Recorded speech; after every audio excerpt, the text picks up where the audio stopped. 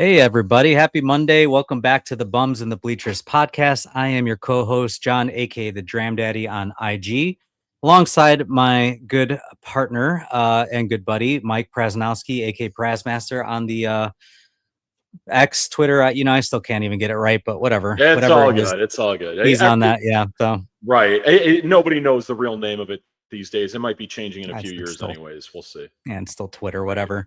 But so happy to be back. I've been gone for a couple weeks. I've been, almost. I thought I was designated for assignment there for a second. I've been gone for a couple weeks, so you almost got Wally Pipp by Will Chase. But so happy to be back. I've been on the road for a couple weeks. Last week I was in Kentucky yet again. That's my home away from home apparently. But it was actually I was down. I don't know, Praz. I don't know if I actually shared with you. I was down there for National Bourbon Week, which is a new celebration that's held in Bardstown, Kentucky. Got to do a couple media events, which was really cool. I'll be posting on my IG later this week, but got to go to Preservation Distillery, which was my first time there. Great whiskey, great people, just really, really cool. And then I also did the Whiskey House, which is brand new that just opened up about a little over a year ago, I want to say. Not open to the public. It is a really cool distillery. It's very modern, state of the art. If anybody is, into whiskey and has been down to Bardstown, has actually been to Bardstown Bourbon Company, kind of similar to that in terms of the modern aspect, but it's not open to the public. They do a bunch of contract distilling for a bunch of brands, but actually went to a private event, which I had no idea I had no idea where I was going. I just got invited. I was told that everything was embargo.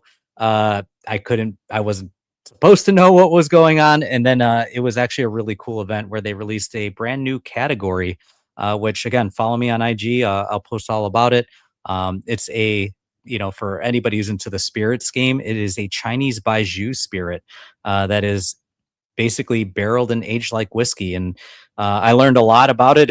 I actually have never tried it. It's a very popular spirit in China, but really cool event. And then I got to go to a James Beam backyard barbecue. Basically, it was at Freddie No, who's the 8th generation master distiller of James Beam. They had a luau party, so roasted a pig, which was really cool to see. Shared a bunch of cocktails, great time. And then unfortunately had to make the way back home, to real life and to work. But hey, I'm back, man. We're back to talk Cubs baseball because apparently I didn't miss anything while I was out, because the Cubs, during the couple of series that we boldly said that they were going to, do well against the Giants, the Rockies. They had a soft schedule, the Athletics.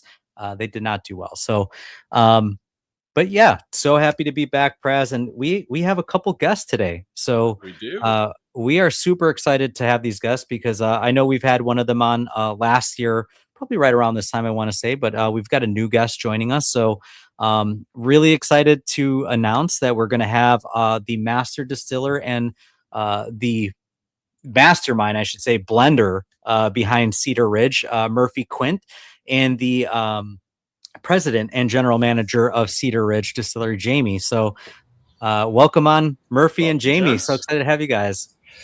Thanks for having us. Yeah, thank you. Absolutely. Pumped to be here. All right, guys. Well, listen, for anybody who, follows me on Instagram, obviously my Instagram handle, the Dram Daddy, is solely based on whiskey and, some whiskey humor, obviously mixed in. But, through various, trips and relationships, got to meet Murphy and Jamie at Cedar Ridge. They've actually so kindly invited me out and, a few times to, tour the distillery. Murphy's Rick House is like the Willy Wonka of whiskey. If you've ever been, it is literally like you walk in and there's just barrels everywhere, and Murphy will drill into everything. And literally everything you could spend. I have spent an entire day in Swisher, Iowa, just trying some amazing stuff. But guys, so excited to have you on. And for people that don't know, these are two of the biggest Cubs fans that I've ever met. So this works perfectly. It's right in my wheelhouse, right? Whiskey and baseball, right? There you go. Absolutely. So Murphy, why don't you maybe can you share a little bit about your Cub fandom. I know you last year, but maybe just briefly, share with the fans how you became a Cubs fan. Yeah, I will. And I've been a Cubs fan my entire life. It started really when I was just a kid. My great grandparents, I'm actually named after my great grandpa, whose last name was Murphy. My first name is Murphy after him. I remember going to their house, and they just always had a Cubs game on WGN. And my great grandpa was the biggest Cubs fan I ever met in my life. He lived and died without a Cubs World Series. That's, non-Cubs fans don't even realize how long we went without one. And yeah, I mean, he was born, I don't know, in like 1912 or something, and unfortunately passed away in the late 90s. And so he never got to see the Cubs win a World Series. But, I really became a Cubs fan with him. And then around age like 7 or 8, my best neighborhood friend was also huge into the Cubs. And so, I mean, when we were just kids in the 1990s, we would ride around our bikes all day until the Cubs were on. Then we'd go sit in his basement, and drink soda and watch the Cubs play. And so, been a Cubs fan my entire life, and wouldn't have it any other way. Love it, man. Awesome. Obviously sad that, when we hear those stories of like the fans that, lived their whole lives and never got to see one. But hey, listen, I'm in the belief that they know that they know. And we got we got to experience it for them. So, Jamie, how about you? What brought you to the fandom of the boys in blue?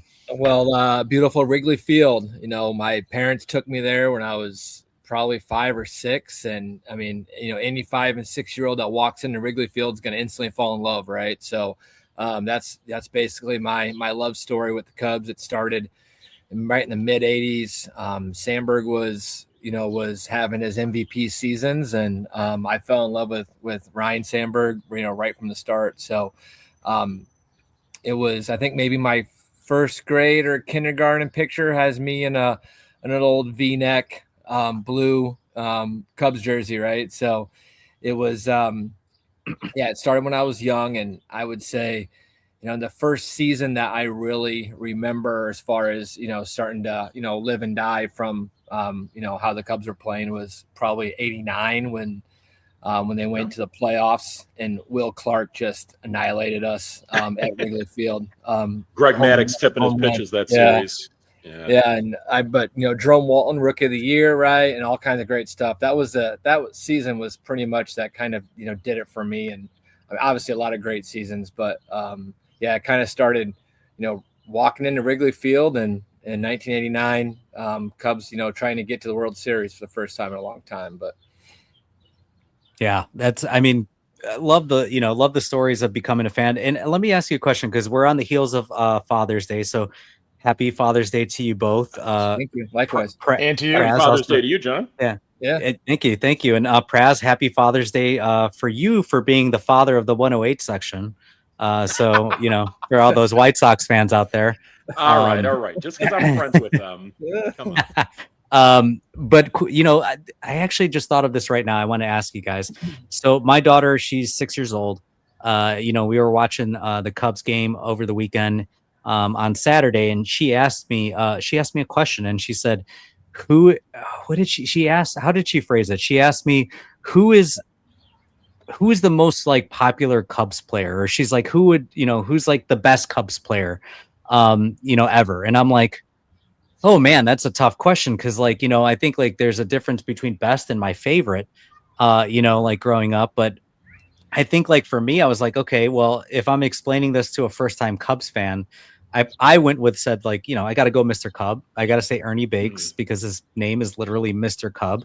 But then I went to proceed and said, he's probably the most popular, maybe the most, one that like is closest to the team. But my favorite growing up was Ryan Sandberg. So that was, that's a completely different, thing there. But how about you guys? Who would you identify, or like when you think the Chicago Cubs, who's the one player? And I know it's hard to get it down to one, but who's the one player that you are like, that's the Chicago Cub?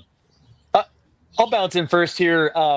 And it's interesting because I think when you first got into the Cubs has an impact on it. I mean, you mentioned like Mr. Cub, things of that nature. That all is a great answer. But for example, Sandberg, I mean, I grew up right after he was kind of done, so by the time I started watching the Cubs, he wasn't really in the game anymore, or at least super relevant. And I grew up in more of the Sammy Sosa era. And I have, There we go. I have some of my favorite memories. I mean, I remember like it was yesterday. I was in fifth grade. I reference everything in my life based off of the things that happened in 1998, either before or after, the home run race. And just, Sammy Sosa that one year, I just remember it was electric. It would be hard for me to pick anyone else. Now, is he my all-time favorite? No, I've got a long list of all-time favorites, but I would have to put him as at the top of my list. Yeah. Okay, love that. Mm-hmm. I'm with you, John. Like, Sandberg was my guy, right? And especially with the last couple of years, how everything's kind of went down, right? Like, I always talk about, my favorite Cub of all time, and he's at the top of that list. But it's hard to go away from Ernie Banks as far as like, Mr. Cub, right? It's just, like, when I think of all the generations, 500 home runs, right? And Hall of Fame and all that stuff. It's just, and then Sano's up there for me too. But I think it was for me, it was more about listening to him on the radio, right? It was just like, I remember the car rides, and I was just like, man, I couldn't wait. No. Yeah. Yeah. That's a pretty good Sano, by the way, Praz. Yeah. Praz, man, how about you? I don't think I've actually ever asked you this. We've been doing this for a few years. I think I made it clear who my favorite of all time is. It's Sammy Sosa. I mean, he was my first favorite player as a kid. Steroids or no steroids, I'll always go to bat for Sammy. And, was lucky enough to meet him at the 2025 Cubs convention and get a picture with him, which was, a top 5 experience of my life for me to actually meet him. I'd say best all time. I mean,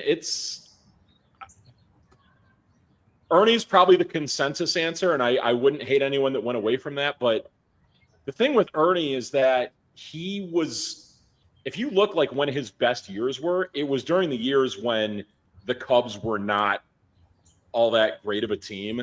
Like, they got better as he kind of got worse later in his career. And then, I think I'm going to go back and say Sammy is the best. I mean, look, I'm someone who doesn't really care that much about the steroid usage at all. I think that him being the best player on 2 pretty significant Cub teams in 98 and 03 and a couple other pretty good ones mixed in there too. Like, I think that puts him over the edge for me.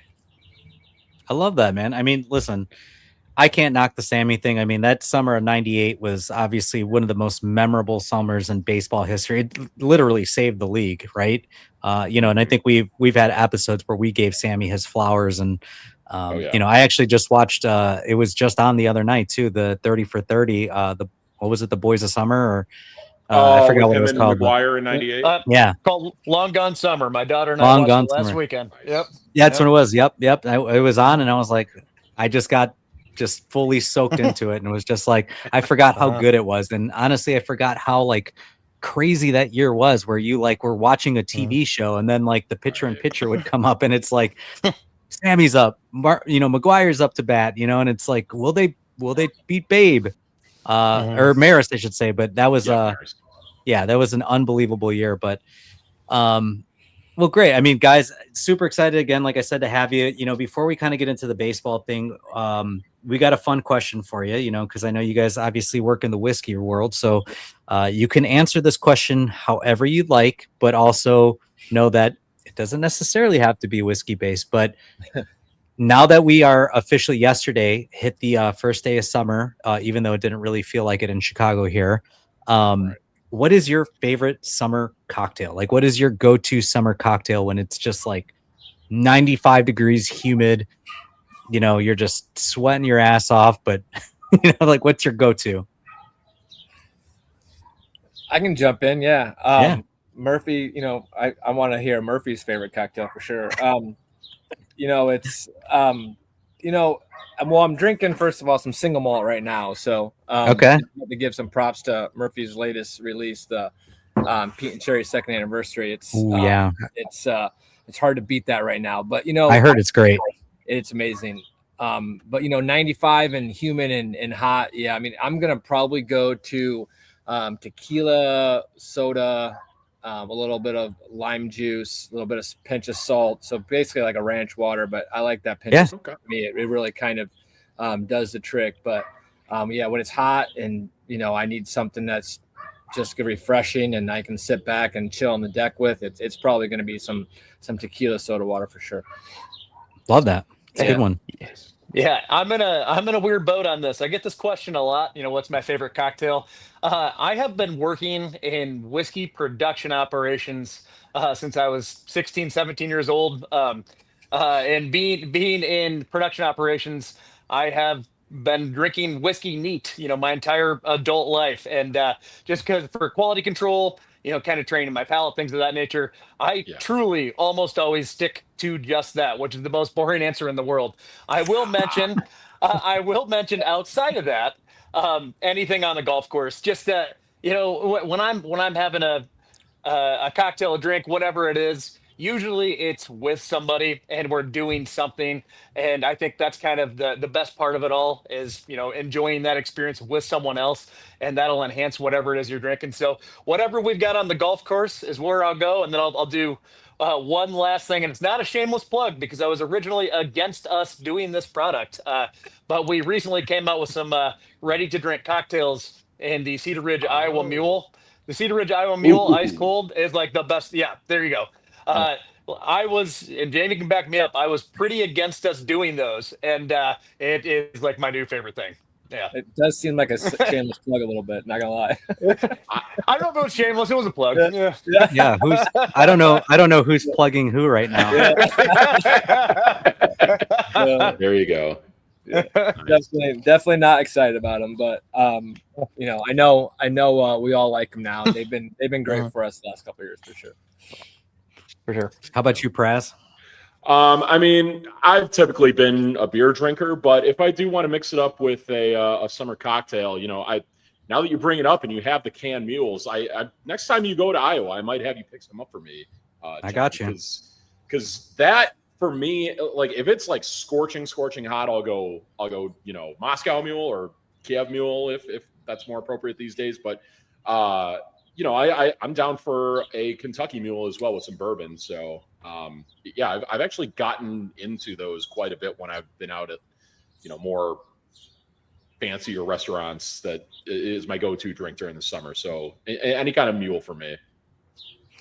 Yeah, dude, I love that. So I, it's crazy too, like specifically about the mule. Like, I feel like the mule, like in the whiskey, like community and like the whiskey world gets bashed so much, like the mint julep, like, like that whole kind of like hate for that, which is, I think it's kind of weird. I mean, I don't, it doesn't bother me, but I will say that, and I'm not just saying this because I'm having you guys on, but I've been ripping these like every summer. Like this is one of my favorite, like ready to drink cocktails. I mean, it's just super easy. Just pour it over ice.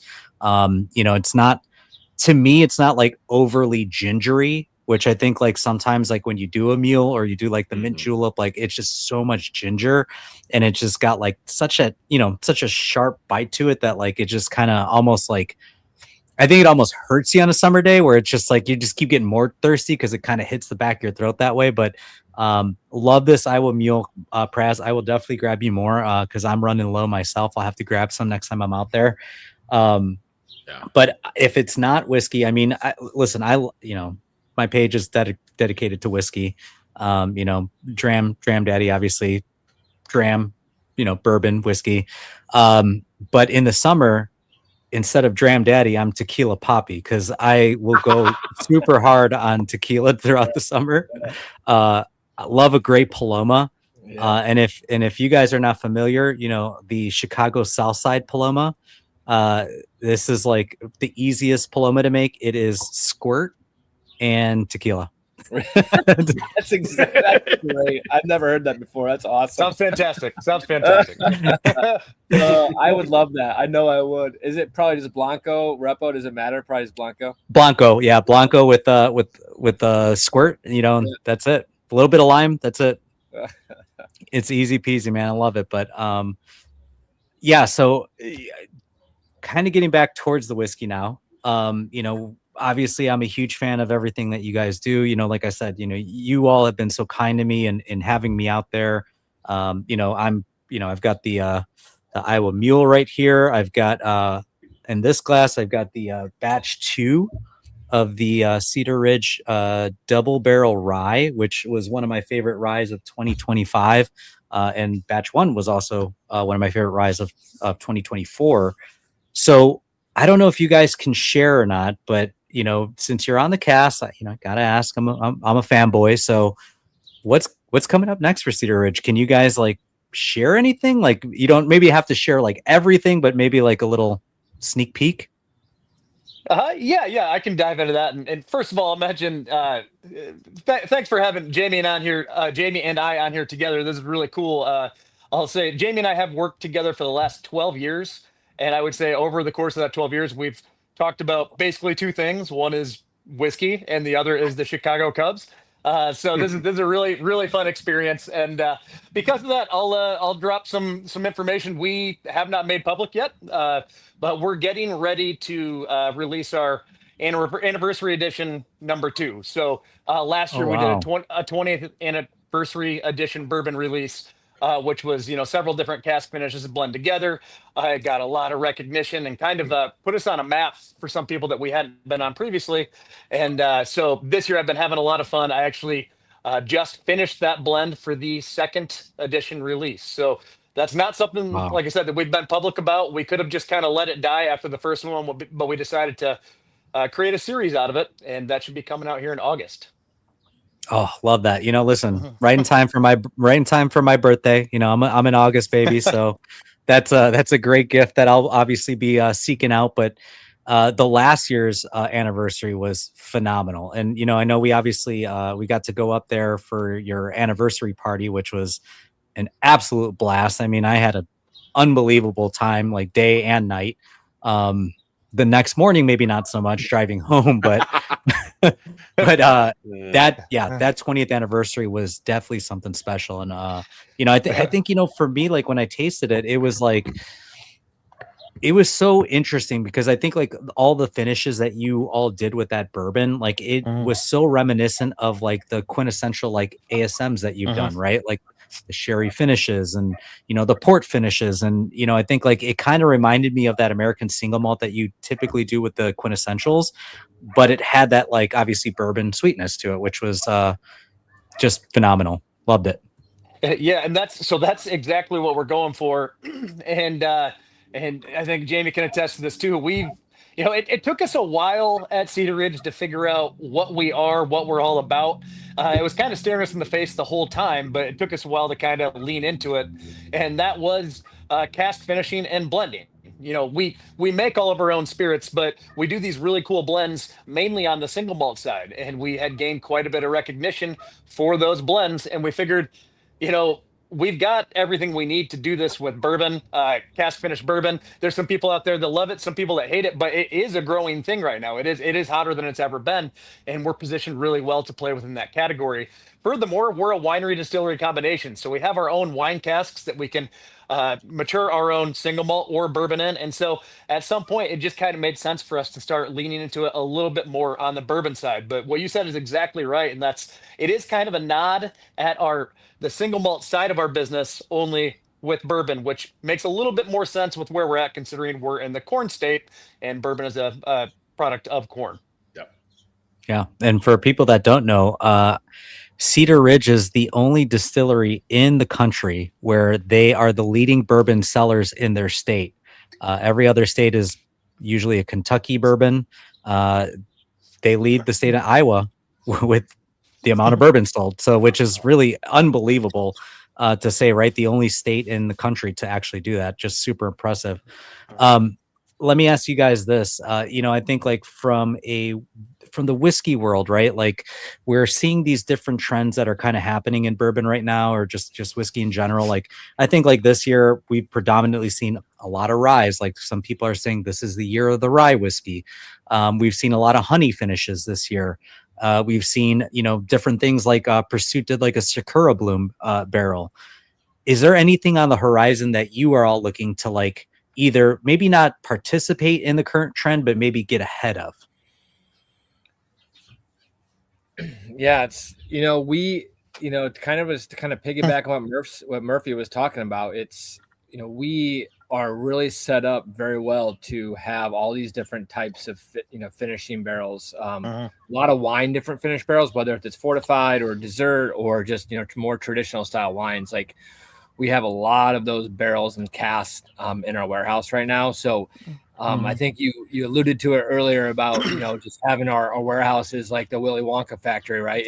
I mean we have a lot of different opportunities and options, and but within that, it's more so blending them together. Obviously Murphy has a great palate and skilled at doing that. So it's to answer your question exactly. I mean, I think we have a few things in the works that are going to be similar to what you've seen and mentioned, but ultimately at the end of the day, what we're really trying to do and what we're good at is just put together really quality product, like more like those limited releases, and get them out to individuals, especially outside the state of Iowa, right? I mean, within Iowa, we're known for our 86 bourbon, like you were saying, and that's great. It's our flagship product. It's our first whiskey that we release. It's what we're known for.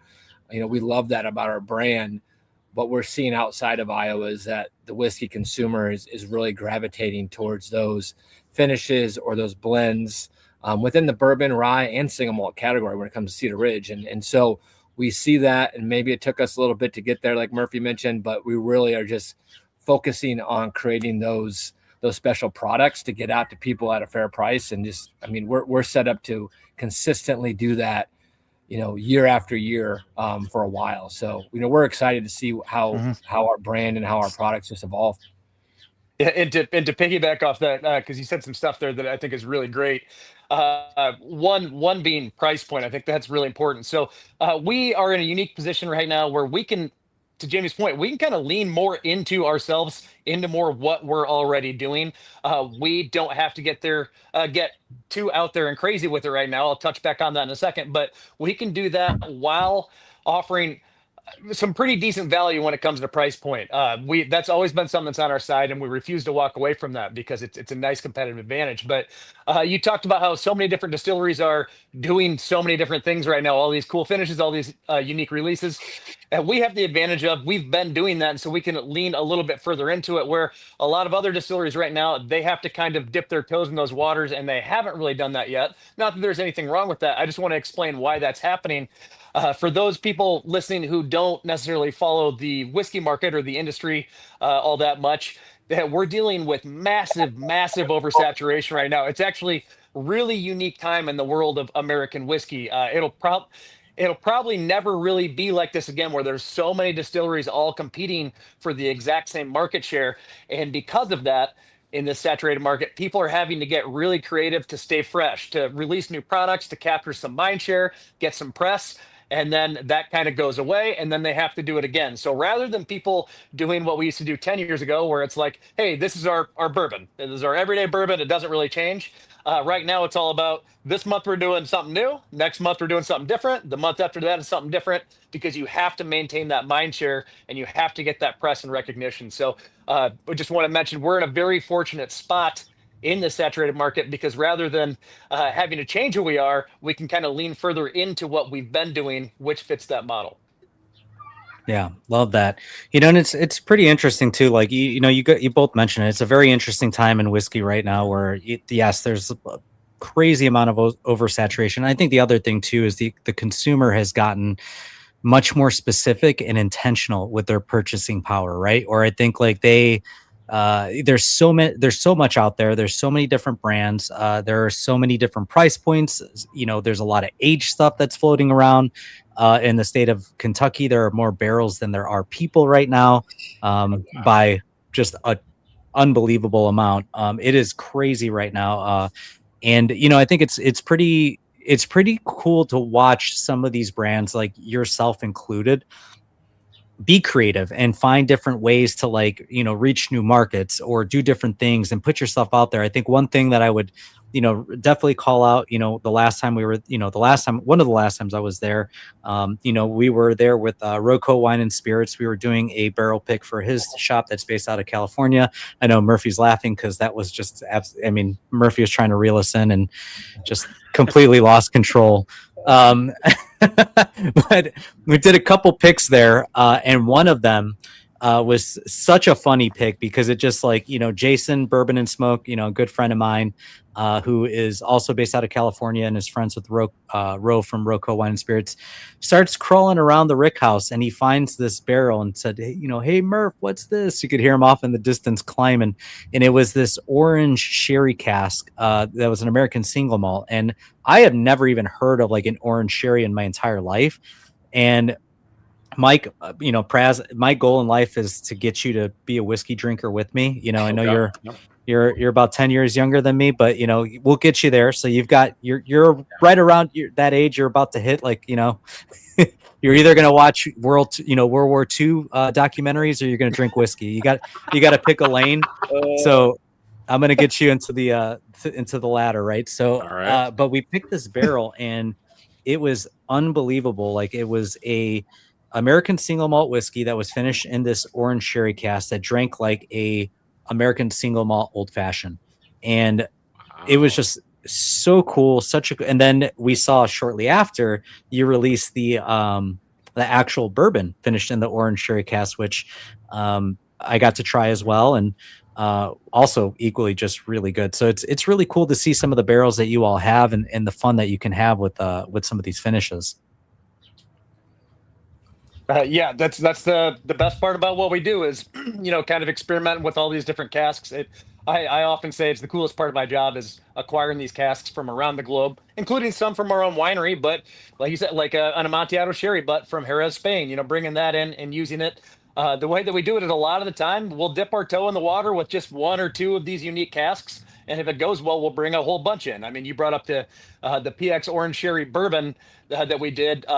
That was a pretty sizable drop. And I believe online it sold out in like 10 minutes. And so that is something that we've obviously since invested quite a bit more of our resources in to bring in more of those casks so that we can do it again in the future, maybe even on a bigger, bigger volume. And so that's how we do it. But I do think it is one of the coolest things that we do. It is kind of what Cedar Ridge is at this point is maturation and cask finishing. Those are kind of our specialties.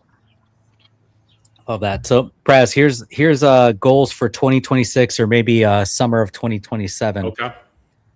We got to figure out a time where we can get out to Iowa and listen, Okay. we could go see AAA Cubs. It's only about a couple hour drive away from Swisher. We can stop by Cedar Ridge, get you some mules, get you some, trying some whiskey, but that'll be our goal for 2026 or 2027. I'm 100% down for that. Let's do it. Would love to Awesome. have you. Well, Love to. Yeah. Awesome. Well, we definitely, I got to get back there. It's been a while, but all right. So let's talk some, Cubs baseball. This is why, you all are joining us. Obviously, like, I know you guys talk whiskey all day, every day. Cubs baseball. So number one question right now, the Cubs have not lost a series in 3 straight series. Now, granted, one of them was rained out, so they split with the Toronto for the time being, but they had lost, I think it was 11 series in a row, Mike, was that it? Or they hadn't won a series in 11 straight? Because there was one series in there where they split when they were in Pittsburgh. Yeah. When they lost the 10 in a row, the 2 wins they got in Pittsburgh did break that up. But yeah, they lost, I want to say, about 10 series. Well, they went 10 straight series without winning one. Right. And then they split, and I think they lost the next 1 or 2 or something like that. So they're showing signs of life. They won a couple series. They split another. Are the Cubs back? Do you think they are showing enough signs of life for you to feel confident that they are coming around offensively? I know obviously the pitching has been just absolutely demolished and depleted. Palencia obviously went on the IL. Again, and we got a little bit of good news there that maybe it's only going to be a few weeks. He's going to miss, the next 2 series and then hopefully ramp up. But we've also heard this song before, right? Matthew Boyd was supposed to, ramp up and then he got set back. Justin Steele was supposed to ramp up and we still don't know when he's coming back. But yeah, what do you guys think? Are the Cubs back? Have they shown you enough for you to feel confident that they're coming around? Well, I will just, real quick, want to touch on us talking whiskey all day. There's probably not a day that goes on or goes past at Cedar Ridge that Murphy and I don't talk about the Cubs at least once. And that's There you go. that's I know other employees here is talking about it. I know they get annoyed of it because it's like, something that Murphy and I, but it's I mean, it could be the middle of January where we're probably talking about, what free agent signing or whatever. But that's the tough question. It's a very simple, basic question. I think they're definitely making strides, and they're on their way back for sure. Yeah. Now, how that goes and how far back they come, obviously, time will tell. But they're getting hot. A lot of different players are getting hot, right? Obviously, Pete's at a level that is hotter than hot, but you're seeing Saya, if we can get Dansby and Nico there, I mean, Bush has been steady. Shaw's been great since coming back. So, I mean, I think the offense is coming around. It's a boring answer, but how much we can get, how good can the offense be to compensate for this pitching and all the injuries that we're having is going to be the question. So I'll be Mr. Optimistic here. I think that we are. I mean, I think we've shown some real good signs of life. Obviously, the other day was brutal, and this has happened a number of times where I'll tell my daughter, because our routine at night right now is to watch a couple innings of the Cubs before bed, and I keep telling her, like, I think the Cubs are back. I think we're going to be fine. We're going to make it out of this. And then something will happen, like the other night when we were up 5-0, I think, going to the seventh against the Blue Jays, and managed to lose, and stuff like that. It just takes the wind right out of your sails, and it's kind of hard to keep believing that. But I do think that we've made some pretty good strides and turned things around. I think, just statistically, I don't think I know we're dealing with a lot of injuries right now, but I don't think everyone can just continue slumping forever. People are going to start breaking out. We've seen that with PCA. I think more people will follow soon, but I do think that the Cubs are on their way back. How far can they take it? I don't know, but I feel like we're turning around. I think I'm in alignment with Jamie here that, like, I don't think they're all the way back, but they're trending towards being back. But the problem is, you only really have one pitcher you can trust right now in Ben Brown. You are still waiting to see what you got in Matthew Boyd when he comes off the injured list. The offense outside of like PCA and Bush has still been kind of shaky. Did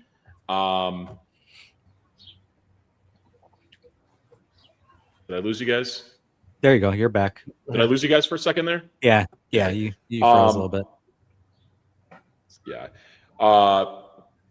Outside of PCA and Bush, it's been shaky. Like, they're still, up towards, like, the three batters we talk about a lot with Bregman, Happ, and Swanson being among the leaders in, like, guys left on base, when there are runners in scoring position. Like, that has to change in a big way. The offense has shown signs of life that they didn't in the previous few weeks, but, I can't fully say that they're back when the pitching is as depleted as it looks right now. Yeah, I'm that's where I'm at right now. I think, for me, a lot of this, like, determining if they're fully back or not is going to be solely reliant on the health of this team right now, right? Like, I think it is, when you look across the the state line north, you're looking at two premier pitchers, 1 and 2, right? Mizorowski and Kyle Harrison. I'm drawing a blank. And Kyle Harrison. There you go. Yeah.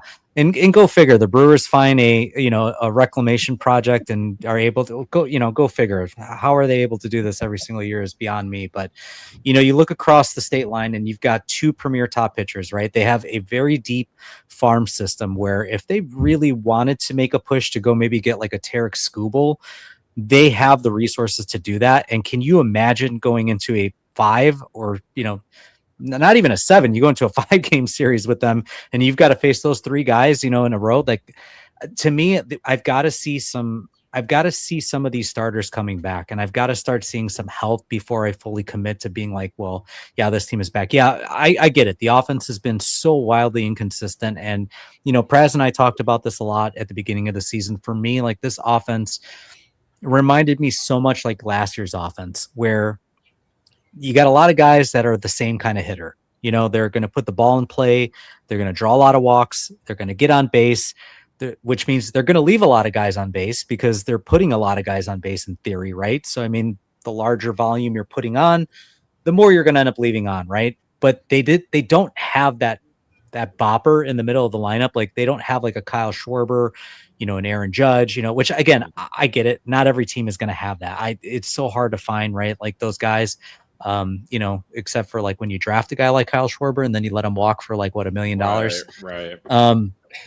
But it's you don't have that guy in the lineup that I think strikes the fear into like the heart of any pitcher that's in the National League Central right now, right? Where it's like all these guys are going to consistently give you maybe like 20 to 25 home runs a year, maybe with the exception of, Pico Armstrong right now, because he's on an absolute freaking tear. He had 31 last year and he's on pace to basically do that and then some right now.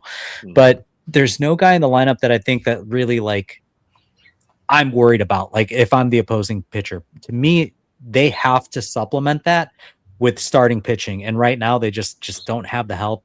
We still don't know when Steele is coming back, right? Like there's been no word, or did we get an update? We got an update, I think yesterday on him saying that he's like going to begin throwing soon. And the target date for him is sometime in early August. Oh God. Yeah. I mean, at that point, maybe that's the perfect time because you'll have a healthy Steele going into the dog days when, like we talked about, Colin Ray's like your leading pitcher in innings right now, which is not a great thing if you're trying to make the playoffs. I mean, Colin Ray's fine. He's a solid number 5 guy. He's really given you everything he's had. And this is no knock on Colin Ray. He's from Iowa, right? So, I was just going to say, he's probably got to be your guy's favorite pitcher, right? No, but he's awesome, guys. He's awesome. Yeah. He is awesome. Where he grew up is pretty close to where we live. So, Are you guys near that bar that they talk about all the time on the broadcast when he pitches? I haven't been there, but of course, with his friends and the friends that are cousins, and that's how it is in Iowa, right? So everyone knows everybody, right? So Yeah. So, I mean, that's the thing is I think you got to get Matthew Boyd back. Praz, you said it. It's like, what is he going to do when he gets there? Ben Brown has been your best pitcher. Do you have to worry about regression at any point? Right. Or is this who he is? Has he figured it out? Right. Like, has he really figured it out? Which, Praz knows I'm a big Ben Brown fan. I was rooting for that guy last year. I was like, this is the guy that's like the X factor where he's got crazy stuff. Can he put it all together? And this year looks like he has, but is it sustainable? So I don't know. I'm not fully sold yet is I guess the long-winded answer that I'm giving here is I'm not fully sold that they're fully back. I think sorry.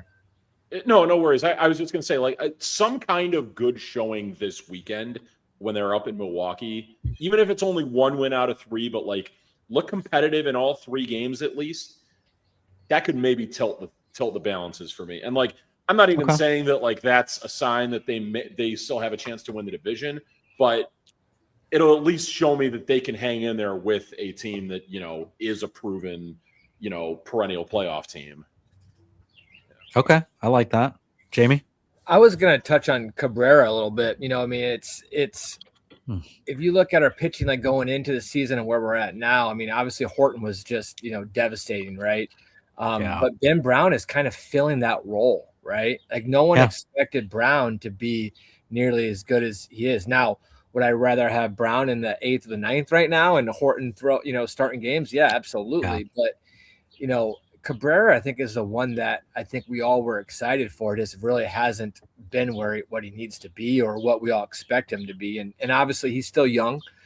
He's control for a few more years, so he could definitely be a totally different pitcher the second half and next year, and we'd probably, move past it. But, Shota and Tyone and Ray, they're kind of exactly what you expect them to be. It's really that top side of or top end of our rotation that we're just not getting the results, right? And hopefully Boyd comes back, Steele, but Cabrera, I think is who we really need to step up, or we need to go out and get someone, or maybe not but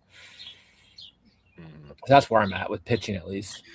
Yeah, I would love for them to, I think when you see like the rumor mill, they're Tarek Skubal is obviously the number 1 pitcher that's maybe on the market, right? Like I think Detroit is maybe decently far out of it. I don't know, because that division's kind of rough. But the problem is in all of Major League Baseball, not just the AL or the NL, like if you're not a last place team, you're still kind of in it.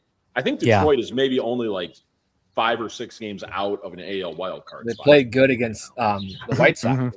Yeah, they just swept. Yeah, they just swept them. Yeah. Yeah, I mean, so I mean that'll remain to be seen. I think the big thing for them too, it's just it may not be solely like if they're in it or not. It's the fact that they know that they're not going to sign him to a long-term contract because they've already tried and he's turned them down. So maybe they figure they can recoup a major league player and then some prospects on top of it to compete. If that's the case, you know, I don't know if the Cubs have enough in their farm system to actually go out and get a guy like that, nor do I think that Jed's going to want to pay that kind of capital.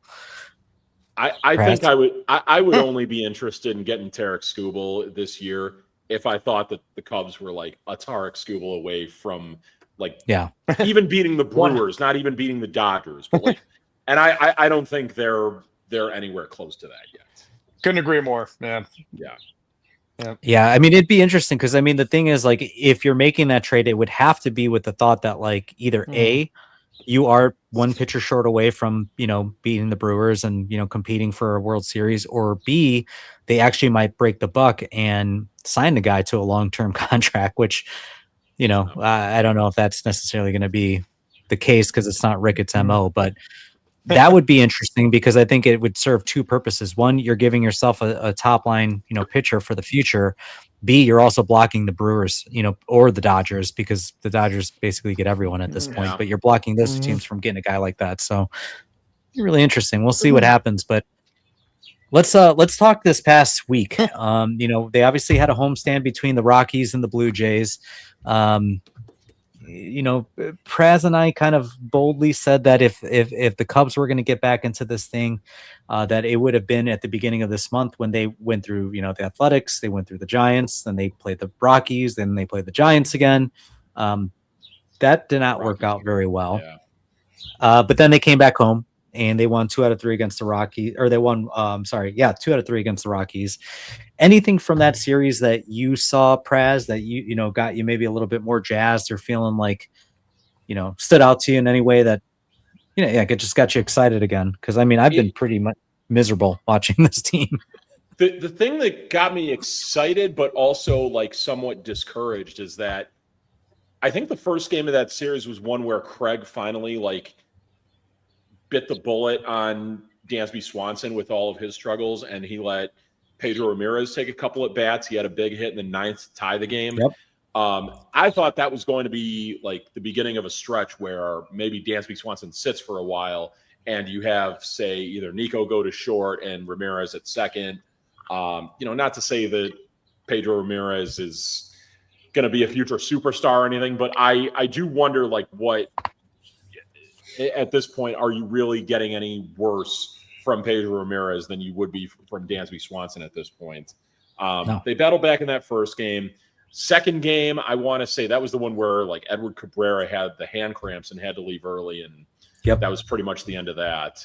And then, you know, they looked pretty good in the last game. They busted out early in that game, but then it was a little shaky down toward the end with the bullpen. But you know, they took 2 out of 3 from the Rockies, which honestly feels a little bit underwhelming. But considering how poorly they had played for the last, you know, 10 series before that, or, you know, the one, I guess they did win in San Francisco, but before that point, like a series win wasn't exactly a guarantee. So, you know, nice to see them take 2 out of 3 there. Yeah, I think, you know, one thing that stood out in that series to me, and I don't know if you guys would agree with this, but watch at the third game, you know, they ended up winning that game 8-6, you know, and again, Praz, you called it out. They almost blew that game, but at that beginning of that game, they put up a 7 spot in the second inning. Oh yeah.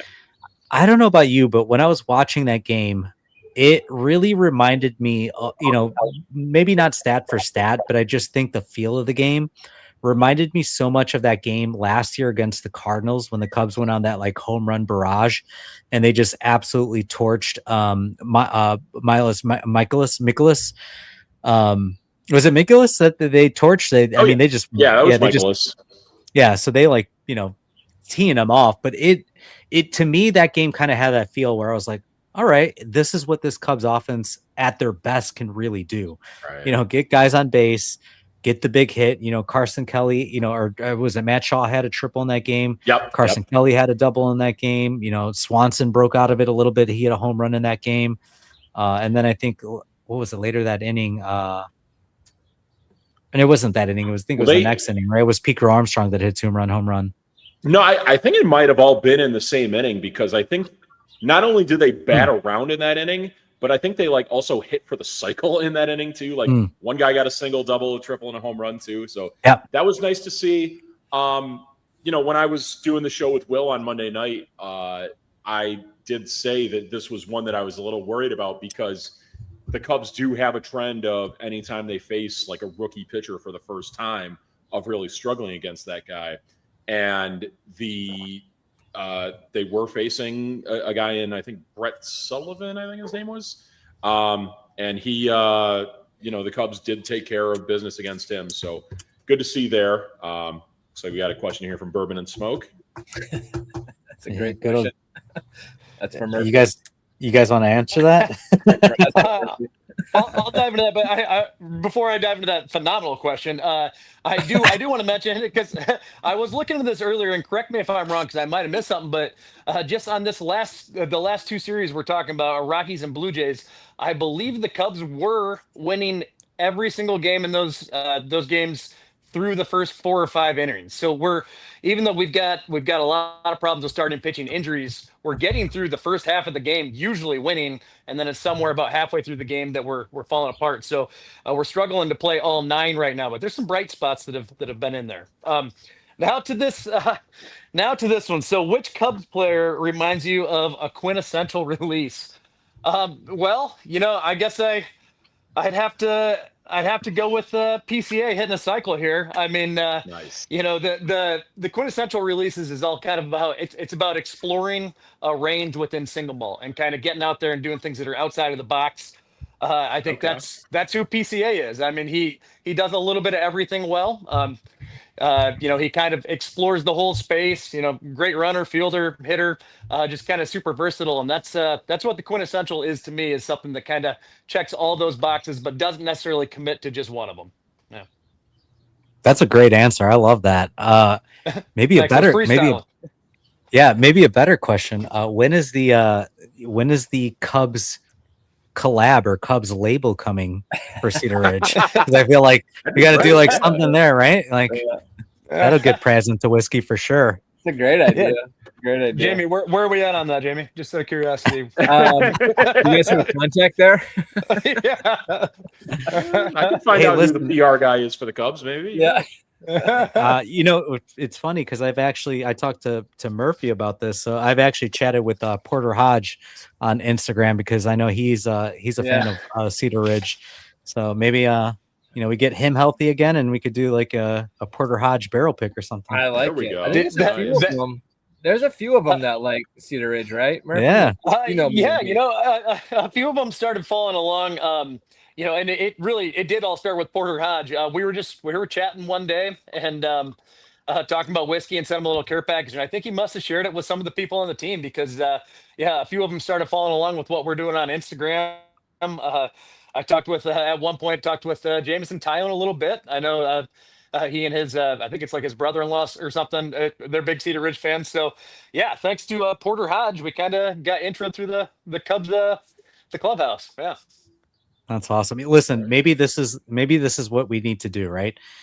Send the team some bourbon, right? Send the team some Cedar Ridge whiskey with some 5-hour energy drinks, so they can duplicate what Dexter Fowler did in the World Series, right? This will break this offense out of this long slump, right? What a great podcast. That's exactly what we need to do. There we go. Exactly. That's what we need to do. All right, so we figured it out, folks. We figured it out. We know it's not on Craig Council anymore. We gotta get Murphy and Jamie to figure this out for them. But get us in the clubhouse, guys. We'll take it from there. Get us in that clubhouse. Right. let them be the team bartenders. Yeah. I love that. We'll just show up. No big deal. Jamie, how about you? Anything from that Rocky series that maybe stood out to you? I know one of the things too, I think that series that PCA hit 3 straight home runs. Yeah, 3 straight home runs, and he had the cycle game 1 too. Yeah, he had the cycle. Yeah. I mean, I think you guys touched on most of the points. I mean, honestly, they're slowly, kind of going back to your first question. I feel like they're slowly coming back, right? And and so that's kind of what stood out the most is the offense is kind of starting to kind of come alive. There's a lot of talk about, runners in scoring position and batting averages and stuff like that. And I think, there's a couple of games that series that it was like every time someone was on base, or in scoring position, we were getting hits, right? And it's funny to me when, they all come in bunches, right? So at the end of the year, you look at numbers and what your batting average is with, runners in scoring position, but you'll go through stretches where you can't buy a hit, right? So, just the offense kind of coming back together and as soon as that, that starts happening and we start getting decent starting pitching, right? Shota's been having a couple great outings his last couple ones. Yeah, he's a good. Been consistent. An opener, and then went to Ray, and Ray was solid after the opener, right?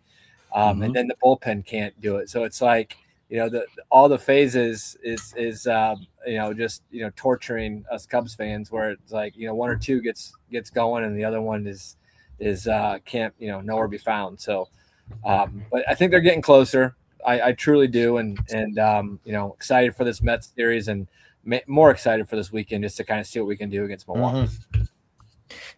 That'd be a big one. All right, so that Blue Jay series, they were able to split. Obviously, the last game got rained out yesterday. I mean, it literally rained here from like 10 in the morning until like the next morning. I mean, it did not stop at all. So way to ruin Father's Day, Mother Nature. Jeez. Yes, I know, seriously. But so they were able to split, and I think we kind of briefly touched on it. The one game they obviously, I mean, they just dominated that game. It was a complete blowout. I think, what was it, 18 to what was the score? 16-2. 16-2. There you go, 16-2. So, probably one of their best wins of the season. And then they followed that up with, what we've been kind of like bitching about so far is the bullpen blowing it. Had a 5-run lead and, obviously gave it up at the end of the game and just started kind of chipping away. But, I think like we kind of like we've all kind of agreed, like the offense looks like it's showing a little bit of signs of life. I think the bullpen obviously has been dismantled. We talked about it in the pre-show. They've been making some moves to try to fill some of that depth. They made some trades with Seattle. Praz made the joke that they gave it. What was it? What was your joke, Praz? What did they give away? They made the trade with the Dodgers. I forget the pitcher that they acquired in it, but that they they traded away Tom Ricketts' favorite asset of cash considerations. Right. Yeah. Guy never wants to give away cash, that's for sure. But yeah, so I mean, they're obviously trying to build some depth. They're trying to find some lightning in a bottle. And I think this point of the season, it is going to be, listen, to Judd's credit, it is tough to make a trade right now because nobody's really trading their top pieces. Praz, you said it. There's so many teams that are like within 4 or 5 games of either a wild card spot or their division lead, especially in you look at the AL. I mean, that thing, everyone's like 500 right now in the AL. So there's not going to be a lot of big trades, and I think he's doing what he can to try to get some arms in, whether it's to fill depth in AAA and bring some different guys up, or it's maybe to find some lightning in a bottle with, I think, who was it? The guy that we were kind of joking about, the guy from Houston. The Cubs, Jed loves Houston's garbage, right? They're trash cans. Murray this time around. Yeah. The trash cans from Houston. There we go. Trash cans. Yeah. Trash cans. Yeah, exactly. And I think he's had a really good year in AAA. I think he's pitching to the tune of like $1.20 ERA in AAA. But not a lot of MLB experience. So, what are you guys feeling right now in terms of like what the Cubs need to do? Like, do they need to ride this wave out? Do they need to just basically get healthy, or are you feeling the need that like, man, we got to go in and we got to make a big trade. We got to go get a stud reliever to shore up this bullpen, or, do we wait on Palencia to get healthy again? Murph, your turn. God, it's tough. I mean, I'm not sure what you can do right now. I think right now we just have to kind of wait and see what happens. As we get closer to the deadline, we can make some desperate decisions. One thing that's kind of hard right now is I think what we need is a good old fashioned kind of ass chewing, if you will. Someone that's going to kind of lay into all the other players. The hard part about that is that the guys who would normally do that, the leaders of the team, the Nikos, the Dansbys, the Haps, they're not exactly playing their best ball right now, and it's hard to really lay into the other players when it's going to be hypocritical because you're not playing well either. So that, in my mind, that's what we need right now. But we can't really do it. We just have to kind of stay the course. We have to hope to play some good ball over the next couple weeks. And like we said, I mean, we've showed some serious potential. We've let some games slip through our fingers. We just got to finish some off. That's really all we can do right now. As we get closer to the deadline, we'll just have to see. We did have a moment earlier this year where I believe PCA kind of did a little chewing out of Matt Shaw after the plate where, he wasn't directing him which way to slide. Yeah. I mean, PCA right now is the best player on that team. Maybe he's the guy to do it for the whole team right now. Let me ask you this. Isn't this the reason why the Cubs decided to sign Alex Bregman over like maybe trying to extend Kyle Tucker? Like, wasn't this the whole like reason they loved his leadership, that Kyle Tucker didn't provide that kind of leadership, that Alex Bregman was going to come in and be able to police this team? And I know he's not hitting, but I was going to say it would be no different if Kyle Tucker was still here right now. That's totally. True. That's true. Right. Yeah, but you would. He's an all right. Oh, Kyle Tucker's been he's batting 7th now for the Dodgers. They got him down to the 7 hole. But real quick, did you all see, I think it was it yesterday or the day before yesterday? Kyle Tucker against the Orioles had a chance to tie the game in the 9th inning, and he whiffed on 3 straight splitters that were like in the dirt. Yeah. Not good, man. I think we saved some money on that one, So. Yeah. In the bullpen, I think we don't have a lot of options, right? I mean, they're not going to make any trade right now. I'd be very surprised if Jed and Carter and team don't make, at least a couple trades at the deadline. I mean, even last year, we got Kittredge and that's what the was it Taylor? I think we got Taylor Rogers, Taylor Rogers, Soroka too, yeah. And so, I mean, they'll get some trades, but I heard the other day that Luke Little got sent down. Did you guys hear that? He got demoted to Double A. To Double A, yes, that's what I heard. Yeah, which is super weird because I was I think that's one of the conversations Murphy and I have had a few times is is Luke Little going to finally break out this year? Right? That's Praz's guy, man. Yeah, I mean, he looks nasty, right? He's like that giant guy, and throwing lefty from a weird slot. You think he'd just be nasty, but he has nasty stuff, but he has like no control of it at all. Yeah. The thing that always drew me to Luke Little was just he came up at a time when there were like no lefties in the Cubs bullpen at all, and I was like desperate for any left-handed reliever to be good. So I just kind of hitched my wagons to that, but not looking great for the big lefty. Well, I think we got Bummer and Hendricks, Liam Hendricks. They're Aaron Bummer. I forgot about that. Yeah, well, I think he's still in Arizona at the practice league, but I think Hendricks is in AAA maybe or something. I haven't heard much about him recently, but I mean maybe one of them, maybe Bummer will come up. Speaking of lefty, right? Maybe we'll get something out of him. It's gonna be interesting these next few weeks, that's for sure. Yeah. Wasn't Bummer part of that original Madrigal trade? Am I wrong with that? I thought Cody Hoyer was the White Sox. Cody Hoyer. Yeah. Got it. That's who it was. Okay. Yeah, Jed's nephew, Cody. Yeah. All right. Switching gears real quick. I'm just gonna jump right into it. What is wrong with Nico Horner? He started off the year on an absolute tear. I mean, the guy he had 4 home runs to start out the year, which again, Nico's not been a guy that we've normally known for power, but he was hitting home runs early in the year. He was hitting at a 300 plus clip. And then ever since he got hit in the head in April, I think it was the April 22nd game or something like that, he has not been the same. He has really struggled at the plate. Even just making contact, which is what he's known for. I got to pull up his stats here, but just looking at batting average and balls in play is still not even that great. Do you think it's an injury? Do you think it's something that's lagging? Do you think that maybe he needs some days off? Like, what is it with Nico right now?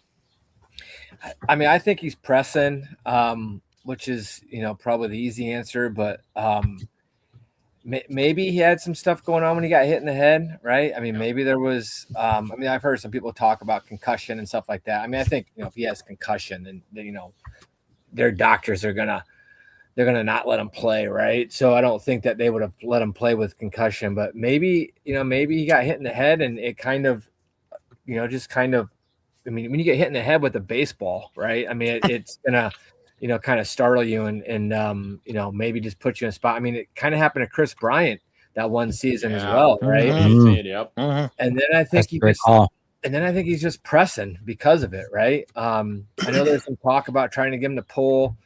I think Coomer said that the other day, which I hope that's not the case. But, obviously everyone wants to hit home runs. They get paid more. And so, I don't blame anyone. But, yeah, I think it's just, baseball's a really hard game. And I think he's just kind of pressing a little bit, honestly. I think he's the perfect description of the Chicago Cubs in general right now, though. I mean, like you said, he came out of the gate playing out of his mind, and now he's doing the exact opposite. Well, that's just been the Cubs this year in general. We've struggled to get people to play kind of their baseline level. They're either way up here or they're way down here. They haven't found that consistency yet. I'm hoping that that's what's going on with him. At this point, it's been a very long time, and you start to get a little bit more concerned about what might be going wrong. But I'm hoping this is just kind of a valley, and he'll find that baseline here soon. Yeah, I heard on Waddle and Sylvie last week. One of their producers brought up the fact that I don't know if this goes all the way back to when he got hit in the head and then had the neck injury after that. But he's standing further back in the box now too. And I wonder if he's just kind of become a little more timid as a hitter. But I mean, to me, it's he's just got to get back to what he was as a hitter previously that made him good. Just the ability to go the other way with the ball. And, he's talked about it before that he does want to hit for more power. I think what you need to do is just sit him down and say, listen, if you want to up your slugging percentage, you also have the speed to do that too. You have the speed to stretch singles into doubles, doubles into triples, like PCA does. Your slugging percentage will go up for that. We don't need you to go try and hit 15, 20 home runs a season when you have the speed to do that. So it's I just wonder, when he got the contract extension he did he maybe feel that there was more responsibility on him to be that big power guy? And maybe even more so because they went into the season and they haven't gotten that same production from guys like Bregman or Dansby Swanson or, Seiya Suzuki, although it's picked up a little bit more for him now. But yeah, I mean, that's what they need to make him realize is just because you don't hit a crazy amount of home runs doesn't mean that you can't have an effective slugging percentage. You just got to do it in a different way than what is conventional for other players, but you have the ability to do. Yeah, this eerily feels a lot like last year. I don't know if you all recall when Kyle Tucker started slumping at the plate, and they had to give him a handful of days off because they ended up finding out that he was hurt. And I think he fouled a ball off his foot, or was it off his knee or something like that? I can't remember what it was specifically, but correct counsel for the longest time was denying that he was hurt, and then we find out later that he was hurt and he wasn't hitting well. And I almost wonder if maybe it wasn't necessarily the concussion thing, but to your point, Praz, the neck thing. Maybe that's still a lasting injury that's affecting, his either his batting stance or, if the way he's getting around on a ball. Right. I'm wondering if it's something more than that, and they just don't feel like they can necessarily sit him, because even at his worst, he has still been better than Dansby Swanson. And the thing is, you can't sit both of them, right? Exactly. You don't have shortstop depth beyond those two, right? So, at least real shortstop depth. So I'm thinking it's more of a serious injury, maybe not like a serious injury, but a lagging or nagging injury that maybe doesn't really get like figured out till maybe the All-Star break, because at this point it doesn't look like we're really going to see any All-Stars from the Cubs outside of maybe Pete. But Murph, you said in the pre-show, maybe these rain delays or postponements that they've been getting, maybe this is a really good thing for this team, is that you can kind of sit these guys a little bit more, because Craig is not. So if Craig is not sitting these guys, Mother Nature is. For sure. Baseball is such a mental game. You start to experience failure, and then you start to kind of drink that Kool-Aid. And I think you can spiral down into negative town. And I think a little reset, having a couple days off here, it could work wonders for us going into some really, really hard series ahead. I sure hope so, because they're going to need it. And I think there's one guy that we obviously have seen tear it up recently, and we'll briefly go over this, but it needs to be mentioned. These are PCA's numbers over the last 30 games. So 7 games, 15 games, and 30 games. He was named the National League Player of the Week for the second week in a row, which, I mean, at this point should almost guarantee him Player of the Month, right? Like, you would think he's going to be Player of the Month here. Over the last 7 games, he's hit .552 with a .588 on base, a 1207 slug, 5 home runs in the last 7 games.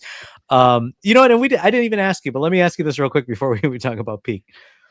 That Rockies game in that 3rd game, was that a home run that they reviewed that supposedly hit the foul ball? Was that a home run? You know what? Okay, so I was there that night. I was there that night in the left field bleachers. Of course you were. It was very last minute for me too. I got offered a cheap ticket. Pete did he did the whole thing of rounding the bases. He did not look like confident at all in it staying as a home run, as they were showing him on the camera.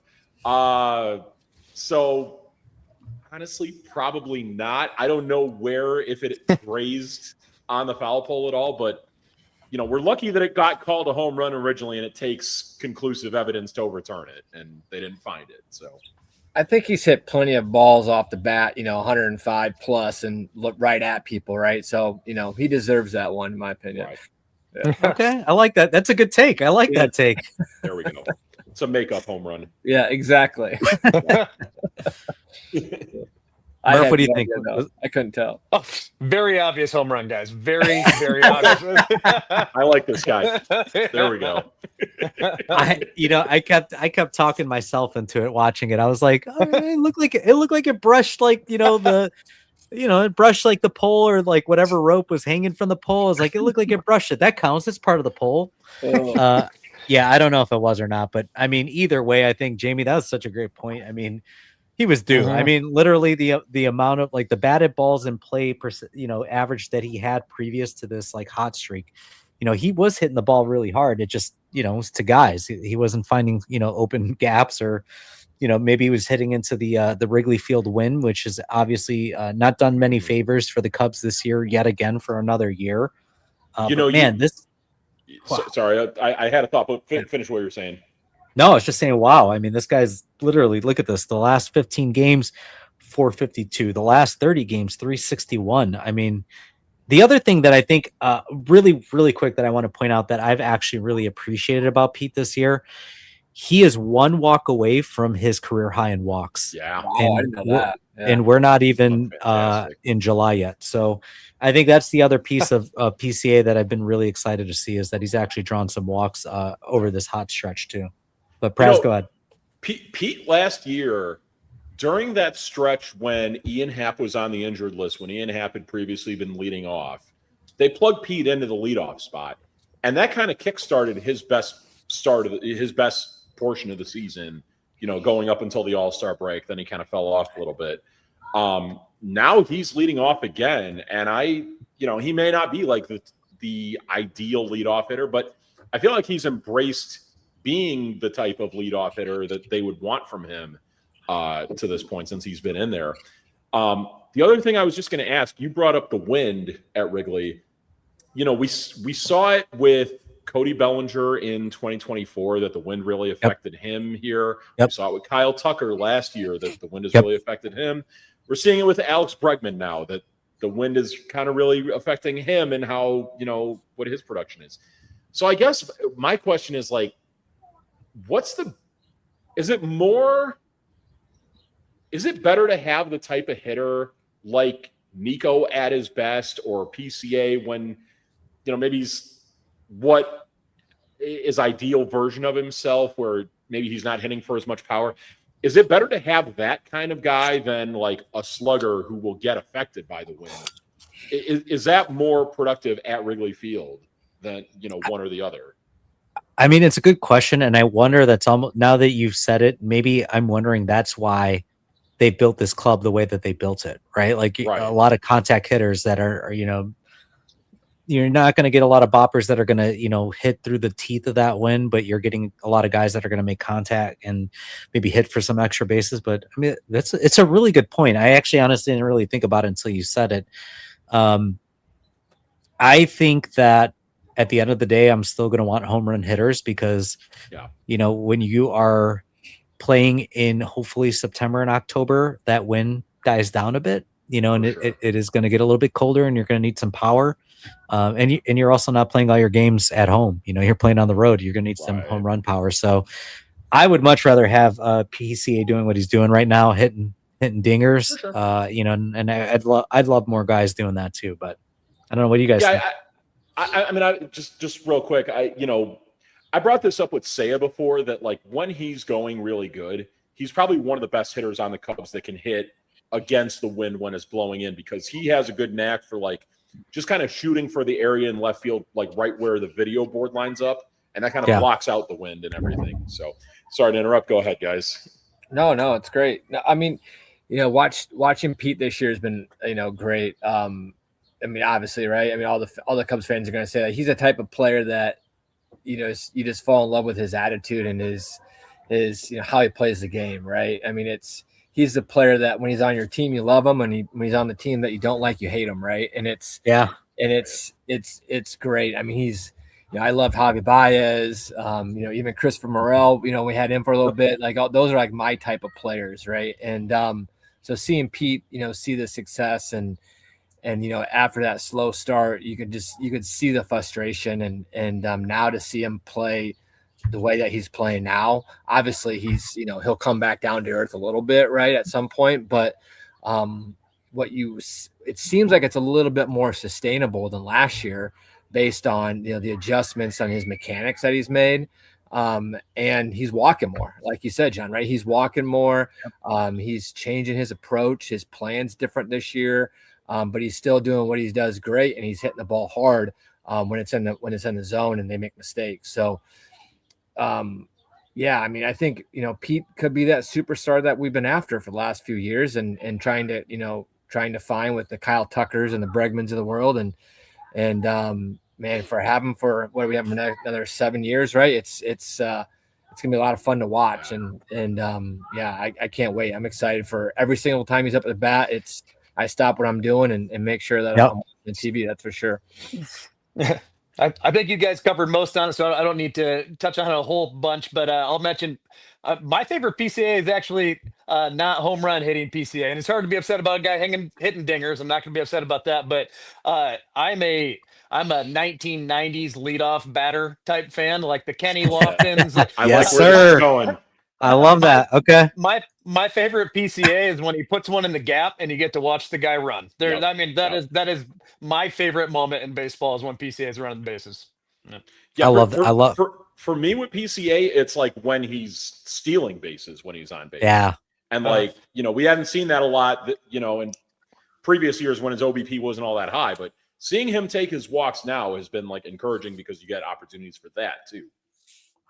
Here's a hot take. One of my favorite Cubs of all time, and this is, he wasn't a Cub for very long, but for that very reason that Murph brought up, I loved Juan Pierre when he was with the Cubs.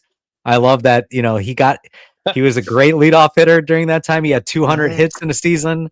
Like I love the way that Juan Pierre played that, those couple years of the Cubs. But I know Yep. Praz is he's a little bit cold on that take, but it's just the team that he was on, because that 06 team was so bad.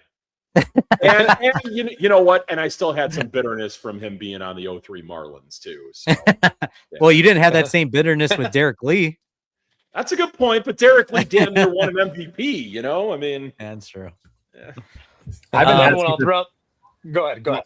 Oh, I've been asking for Pete to lead off all season, right? And I know I'm sick of me, talking about it and asking for it. But the great thing about it is his first game that he led off was actually, I was at that game, and so it was like I don't know what it was, but it was like I've been asking for it, and finally, the first game I go to this year, he's leading off. So I know he's not typical, but in a way, he's got that Ricky Henderson type of power and speed.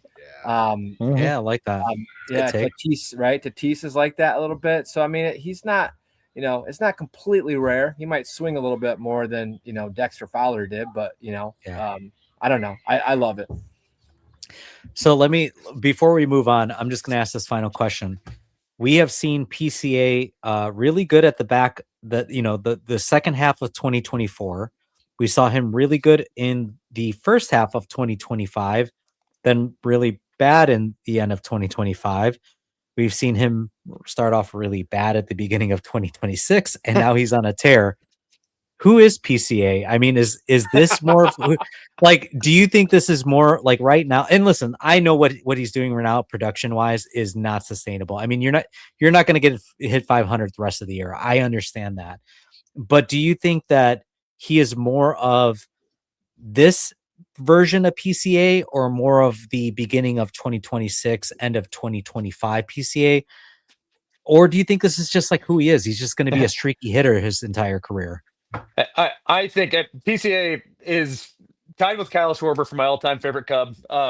And I think that I think this is exactly who he is, the streakiness. I think he's going to have major peaks, major valleys. I think that's probably going to be a very, very long-term thing. But at the end of the day, regardless of how he's hitting, he's going to be the best center fielder in the game, and he's going to be one of the best base stealers in the game, no matter what. So I think we're going to have to deal with a lot of ups and downs. Hopefully we can keep him at the top through it. I love him batting leadoff just like Jamie does, but I think that streakiness might be a part of his game, and I think that's okay. Okay. Yeah, I'm thinking that, I mean, he had his struggles beginning of this season and the second half of last season. Lest we forget, he's only 24 years old at this point. I mean, yeah, we don't. It's probably somewhere in the middle, and the streakiness, you can live with it, but I think the sky's the limit for what we see of him at his peak. He is a throwback kind of player where he's both power and speed, and now he's developed into someone who is a bit more disciplined at the plate now. I was thinking after seeing him in the World Baseball Classic this year, I saw in a lot of his at-bats that he was laying off some bad pitches that he would have chased in last season, and then kind of fell into the same bad habits early this season, but has seemingly corrected himself now. So, hopefully that continues for Pete, because he's got all the potential in the world. Yeah, if he walks more, right? Those times where he's just not seeing the ball, or I should say not seeing the ball, he's not producing, then it's not going to be as bad, right? It's just trying to raise that floor. But I agree with y'all. I think it's going to be the Pete's emotional guy. Feels like it's going to be a lot of ups and downs for sure. But yeah, I love seeing those walks, man. It's huge for the game, huge for the team. Yeah. PCA gets a walk, it's a double. Yeah. Oh yeah, 100%. Yeah, it could potentially a triple too with the way that he runs, and depends, who's behind the plate that game, right? But final thought on PCA, because Jamie said something too, like he's the kind of guy that you love when he's on your team, you love the emotion, but you hate him when he's playing against. I just want to call this out real quick. He's not even in the top 9 for voting for the All-Star game right now, and Kyle Tucker is 9th. Kyle Tucker is 9th in voting, and so it's pretty crazy to see like how much like I think, you know, and I don't know if you are all on Twitter. I know Mike's on Twitter a lot. There's a lot of hate out there for PCA from other teams. I feel like there are a lot of fan bases that are just not big fans of who Pete Crow Armstrong is. But you know what? I love him. I'm glad he's on our team. Joakim Noah a little bit, right? Yeah. I like that. Okay. That's a good comp. I like that. That is a really good comp. He is kind of can't do that. Yeah. PCA is kind of getting a little bit of a the MLB villain type thing going on. I mean, the other teams, they definitely they're not as bullish on him as we are, and I think that has a little bit to do with how he plays the game, how he approaches it. But I don't know if the Cubs have ever really had like a league villain, and it's kind of fun to see. So, yeah. Wow, that is a good point. I think probably the last guy, like if I had to say league villain wise, I mean, there's a couple guys that I think like were villains within their own city. Like I think of like Jock Jones and Milton Bradley, but maybe Sammy after the cork bat. Yeah. I think that might have been the last time we really felt like. Yeah, that was a bad luck. That might have been the last time, right? It was not. Yeah, definitely not a good one. I mean, kind of for not exactly reasons we should celebrate, but maybe like when the Cubs got Chapman. Oh, Chapman. Yeah, that's a good one. Yeah, you know. Yeah. Addison Russell. Yeah, Addison right Russell. After that. Yeah. Right. Yeah. All right. All right. So before we move on to the next thing, let's quickly talk about this because Mike loved this this headline that I wrote for him. Mo AAA baller. Yeah. Big news, obviously. This was Praz's Rookie of the Year favorite coming into this year. For Murph and Jamie, if you didn't follow along, this was Praz's Rookie of the Year favorite. He I don't know if he put money on this or not. Hopefully he didn't, but I thankfully did not. No, but, okay. It's not looking great.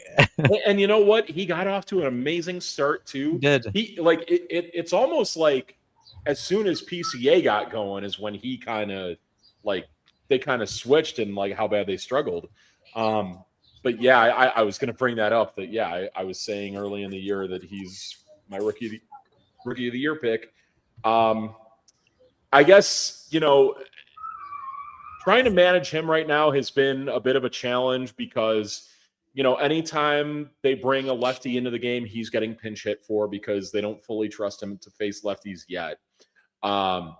He hadn't been playing every day. And, as he kind of continued to slump, his playing time got less and less and less. And, him just sitting on the bench the whole time wasn't making him any better of a hitter. So it's one that I wish, could have worked out better for him right now with how he's progressed as a hitter. But it's probably better off for him that he does go to Iowa and play every day there. Because not only can he get every day at bats, he can also work on his catching too. That's a good point. Yeah. Any thoughts from you guys on Mo Baller? I mean, you're like I said, you're a couple hours away from Des Moines, Iowa. Anything that you guys you think this is a good move? You think like this is a good reset for Mo? I have some thoughts. I'll let Jamie go first, though. I was actually, when you were saying that, I was like, man, we got to get out there and we got to go see him at Des Moines for sure. I think Mo's going to be a great hitter. I think he's going to, my bet is he'll be on the playoff roster is kind of where I'm at with this team. And yeah, I know I said playoffs. It's early for that, but playoffs. Yeah, exactly. But he'll be back. I mean, Shaw went down. PCA went down. Hap went down. It just kind of seems like it's part of it. And as much as it was, as a fan, he's exciting and fun to watch. Like all the kids are always exciting and fun to watch when they come up, right? It's probably best for him. So I'm with you guys. I think, hopefully he's catching every single day because I think Kelly's on his last year, right? And so if he could catch and especially now with the new rules and the ABS system and everything like that, I think if his bat in the lineup catching, not just DHing, and it gets us our lineup so much longer. And so I think it's going to be best for him. It's just it is what it is right now, and I mean, Shaw's getting more bats, so at least it's next man up. So it's just part of the process, I guess. Kind of boring answer, but I think that's where it's at. No, it's fair. Yeah, I love the bet for him being rookie of the year. Obviously, it's not going to pan out this year, but going into the season, I would have thought that's great. I still think he's a huge part of our future. I think it's probably right to send him down to AAA for now. But I'll echo Jamie's statement about him catching. I mean, the thing about that is if they can make him a catcher, even what he was doing offensively as a catcher is just fine. As a DH, it's not, Totally. so we got to work Right. on that. But if they can establish him as a regular catcher, even playing like he's playing today or has been playing lately, I should say, that's just fine. So I'm hoping while he's hanging out, just a couple hours away from us in Iowa, hopefully they're working on his catching. That's a good take. I mean, it kind of reminds me like of the, and listen, I'm not trying to make parallels to the 2016 Cubs because I don't think this team is nearly as good as that. But it reminds me of like having that flexibility of having that third catcher, that they Right. typically had where they had, Montero, they had Rossi, they had Wilson Contreras that year. It gives you the flexibility where you can pull Yeah. Suzuki back into a DH role. You can put Shaw back out and right, and hopefully have Mo, catch a little bit more. So I do like the idea of giving him the ability to like. And before we move on, I just want to ask a quick question here too. Do you think the Cubs maybe did him a disservice starting him at the beginning of the year? Because I think we talked about it when they constructed this lineup. They didn't really have like a DH. And it kind of thrusted him into this DH role because the thing was they didn't re-sign Tucker, which forced Seiya Suzuki out of that DH role back into right field. Yeah. And then obviously they were hoping that Matt Shaw was going to take some reps in right field. They could switch back and forth, but that obviously didn't pan out that way. Do you think they did him a disservice in starting him so early? Because I mean, he is also a young man as well, too. I mean, Praz, what is he, 22, 21? That's a good question. Right around there, early 20s for sure. He's 22. 22. Okay. That's an interesting take that I hadn't really considered about doing him a disservice. But yeah, I mean, you do think about it. He kind of was the replacement for at the end of last season what Kyle Tucker was as the DH.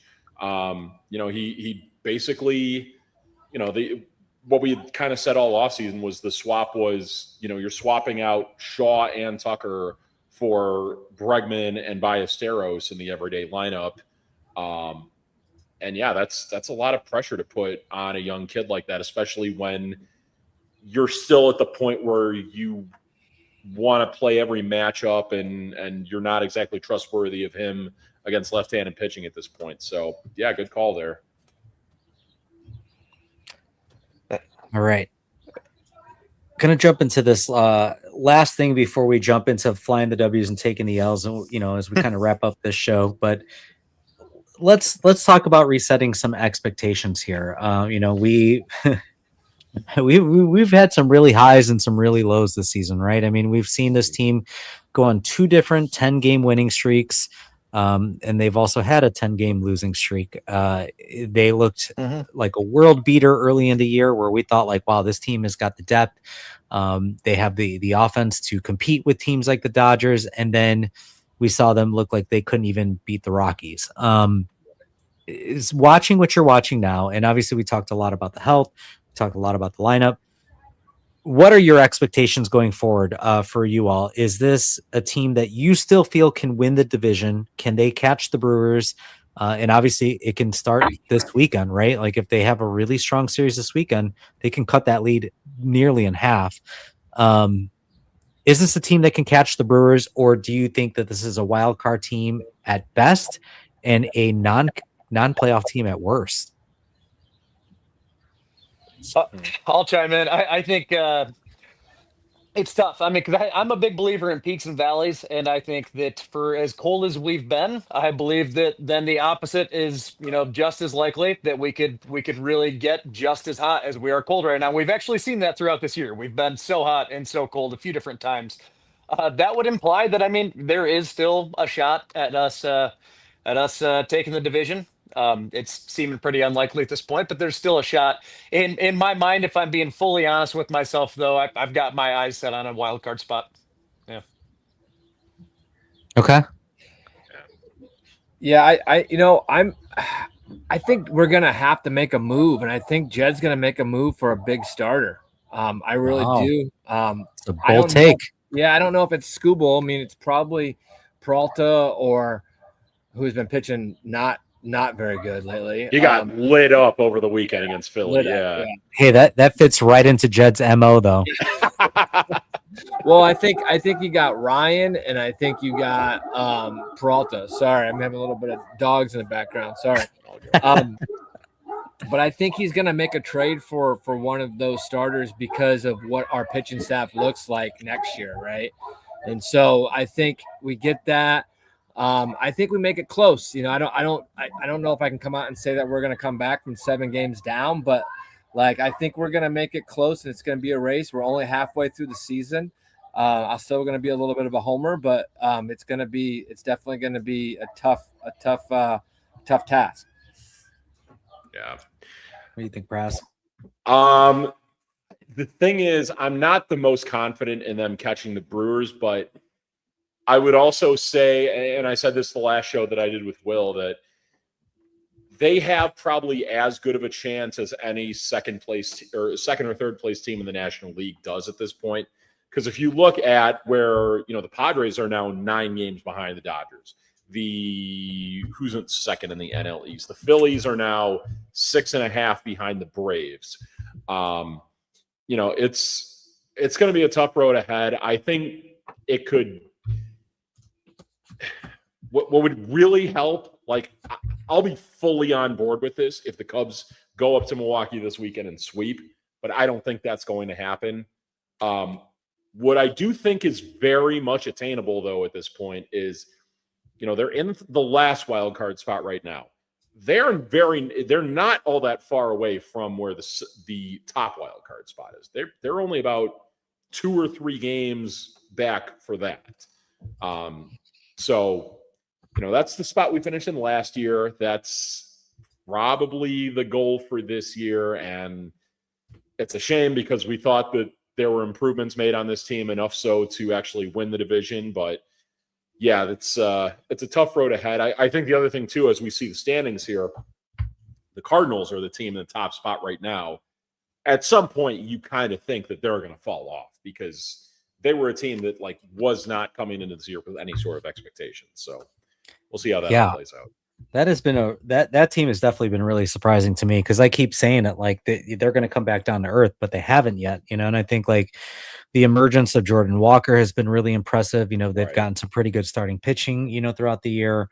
I think that this is a wild card team at best. And I think this weekend is going to be, and I hate to get ahead because I know we're gonna go over predictions, but we have to go through Mizorowski and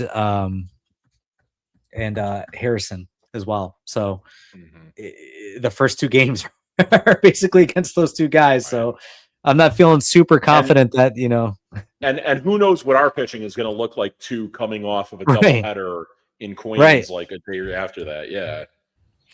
I mean, you got to hope that maybe Ben Brown, starts one of these games and, they jump out to a 6-7 run lead and, he only has to go 3 or 4. And I don't know. Hey, the one great thing about Ben Brown, though, even before he was as dominant as he was this season, the one team he had always owned was the Brewers. And he did so last year. He did so the year before. So that's true. Hopefully we got a strong start from him. Probably Friday night, I would imagine he would start against them. There's those pitchers that I named earlier, they're gonna get traded, right? So it's at who in the National League are gonna get them, right? Because they're probably not gonna go to the American League teams. I mean, it seems like where the races are at, it's gonna be the Braves, the Brewers, the Cubs, and the Dodgers. But I mean, are the Dodgers gonna trade for more pitchers? I mean, I know they have the capital to do it, but I mean, I feel like they're getting a bunch of people back still. That's true. They could, yeah. You know what though? In the American League, there's not a very clear favorite there. What there is in the American League is a lot of tight races because the White Sox are only a game behind Cleveland right now. Yep. I think Yankees and Rays are like within a game or two so far. So you're going to probably have some desperate teams in the American League. AL West is wide open too. Right. You've got the Houston. I think it might be in our best interest for Detroit to actually start playing good, because if we don't have what it takes to get Skubal, I mean, we don't want him to get dealt to Milwaukee, right? I mean, John, like when you said that earlier, I was like, man, if Milwaukee got Skubal and they had, I mean, that's exactly what they're going to go for, right? Because that's why they didn't beat LA last year, and they have the farm system to get it. So yeah, that's what's scary to me. That's a scary thought. Yeah.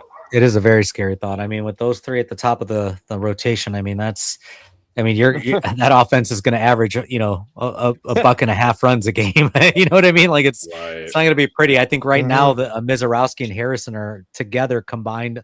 I think they said it was like a 1.83 ERA between the two. I mean, that's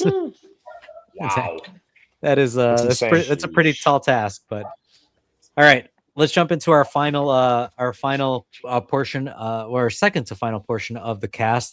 This is one of our favorites, and guys, feel welcome to join in if you have them. If not, you can just sit through. But this is where we do flying the W's and taking the L. Hello, you play to win the game.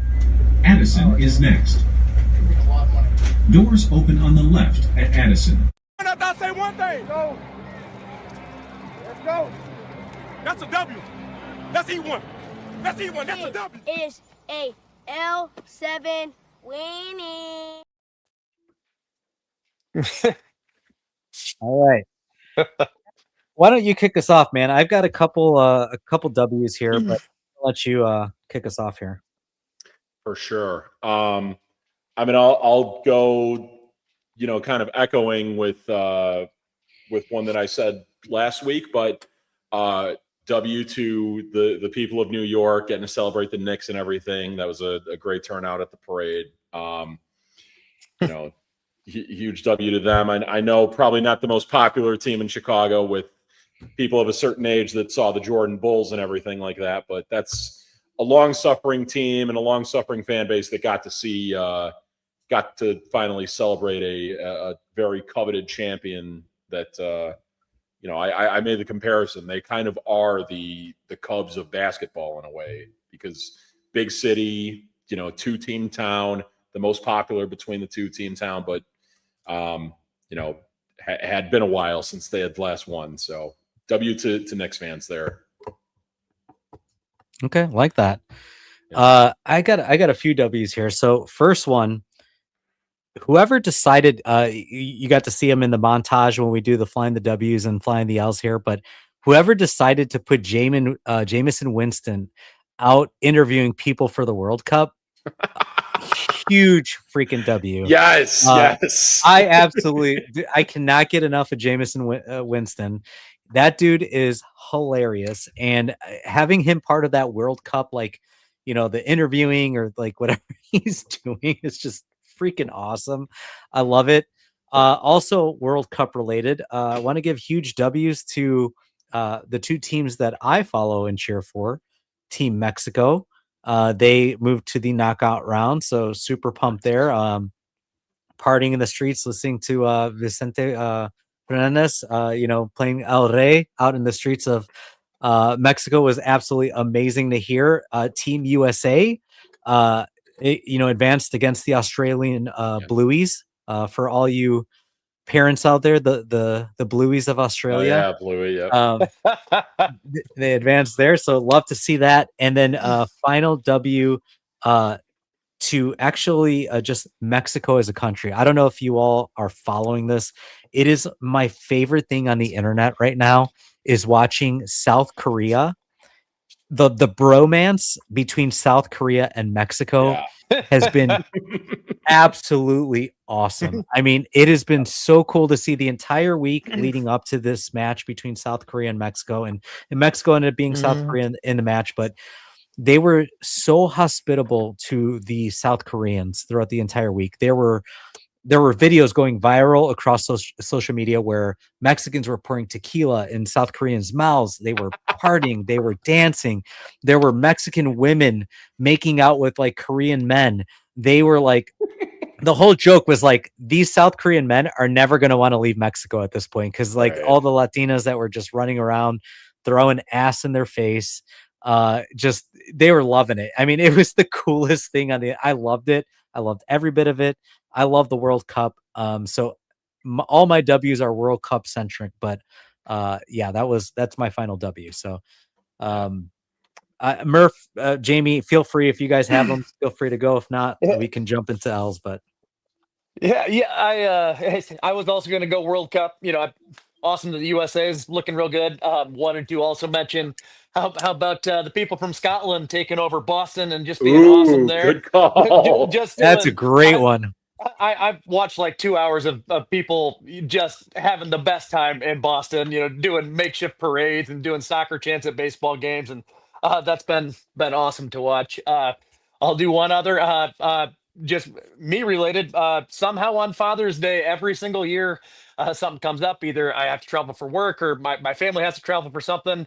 And we don't really get to be together on Father's Day. Had real awesome Father's Day with my family this year. First time in the last couple years, and that's as big of a W as you can get.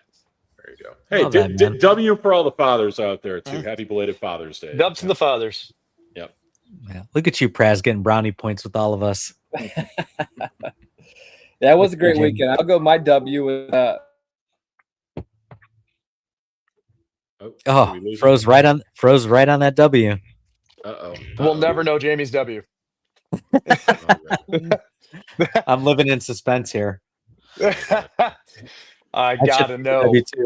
I know. Well, real quick while he hopefully comes back here, we actually, you know, I love that take the Father's Day, Murphy. That was absolutely awesome. Mm-hmm. We actually we got to see Toy Story 5 yesterday, which was dude. We did the same thing on Father's Day.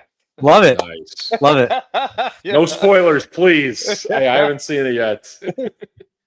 It was really good. Childhood. It was great. It was great. I mean, those movies. I mean, I feel like I should give those writers an L, right? Maybe I should give them an L because they always get me in my feels somehow. You know, it's like, dude, I'm completely with you. The last, I'd say 3 Toy Stories that have come out have all made me cry, and I'm a 38-year-old man. You know, but I agree with you. I think that's part of it, man. You get a little older, and it's like, you know, there's certain things that like just get you to your core. I think for me, it's like these like movies where like that have so much nostalgia, like the Toy Story movies always get me.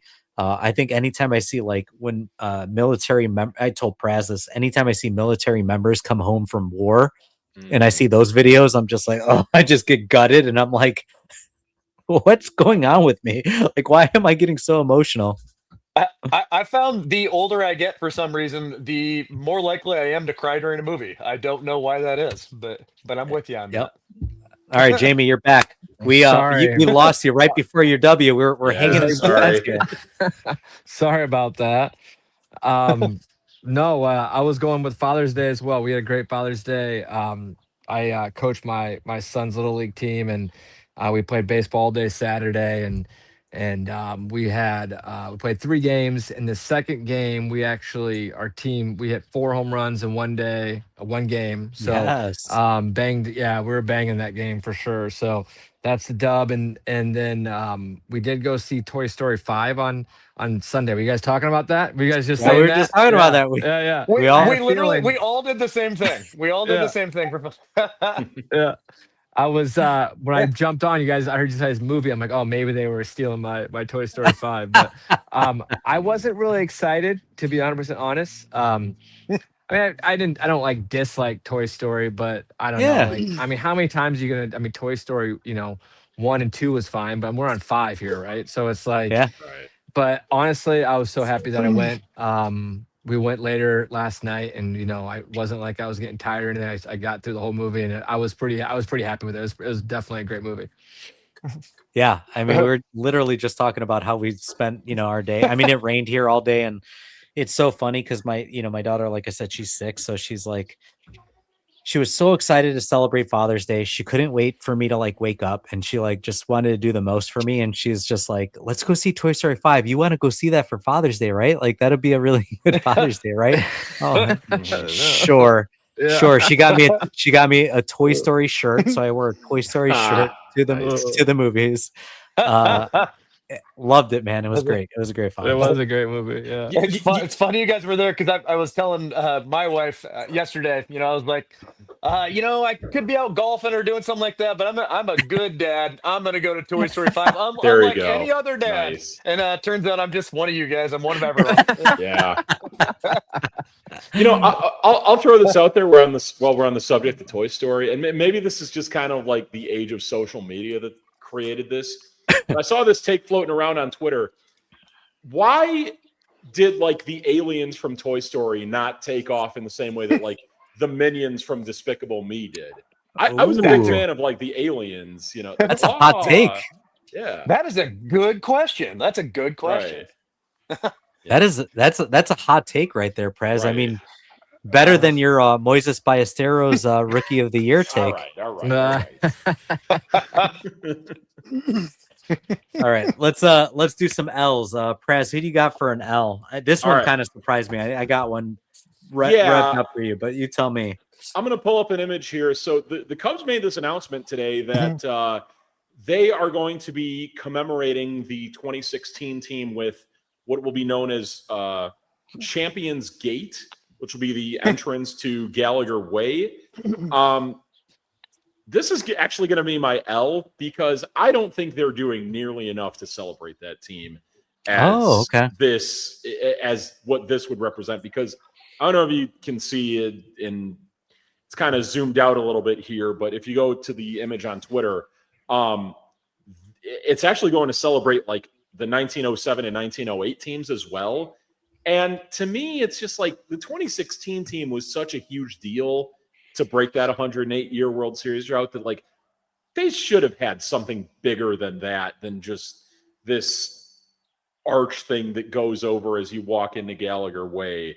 I was thinking something along the lines of like what the White Sox unveiled for the 2005 World Series with their Champions Plaza out in front of the stadium with like, a statue of like all the guys on the mound celebrating together with Montgomery and Bryant and Rizzo and Baez and all those guys, So this seems, for as big of a deal as 2016 was, it's kind of like a bit of a wet blanket celebration. So I guess Cubs business operations, like the business side of Cubs things, how they would do this, I'm giving an L to them on this because I don't think they're doing enough to celebrate that 2016 team, especially as the years have gone on, and like it doesn't look like we'll be getting to that same point anytime soon.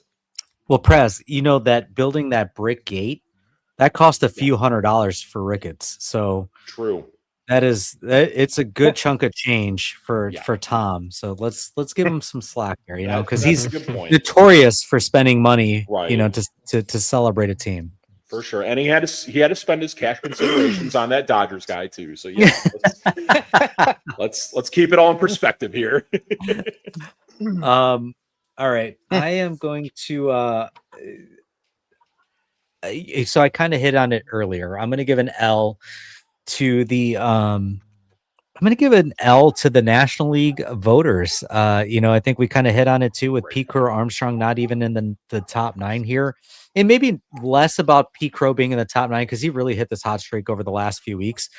More so on the fact that Kyle Tucker is ranked 9th in voting, I think is more of an L for the for fans of Major League Baseball. I mean, I get I love the fact that fans get to vote.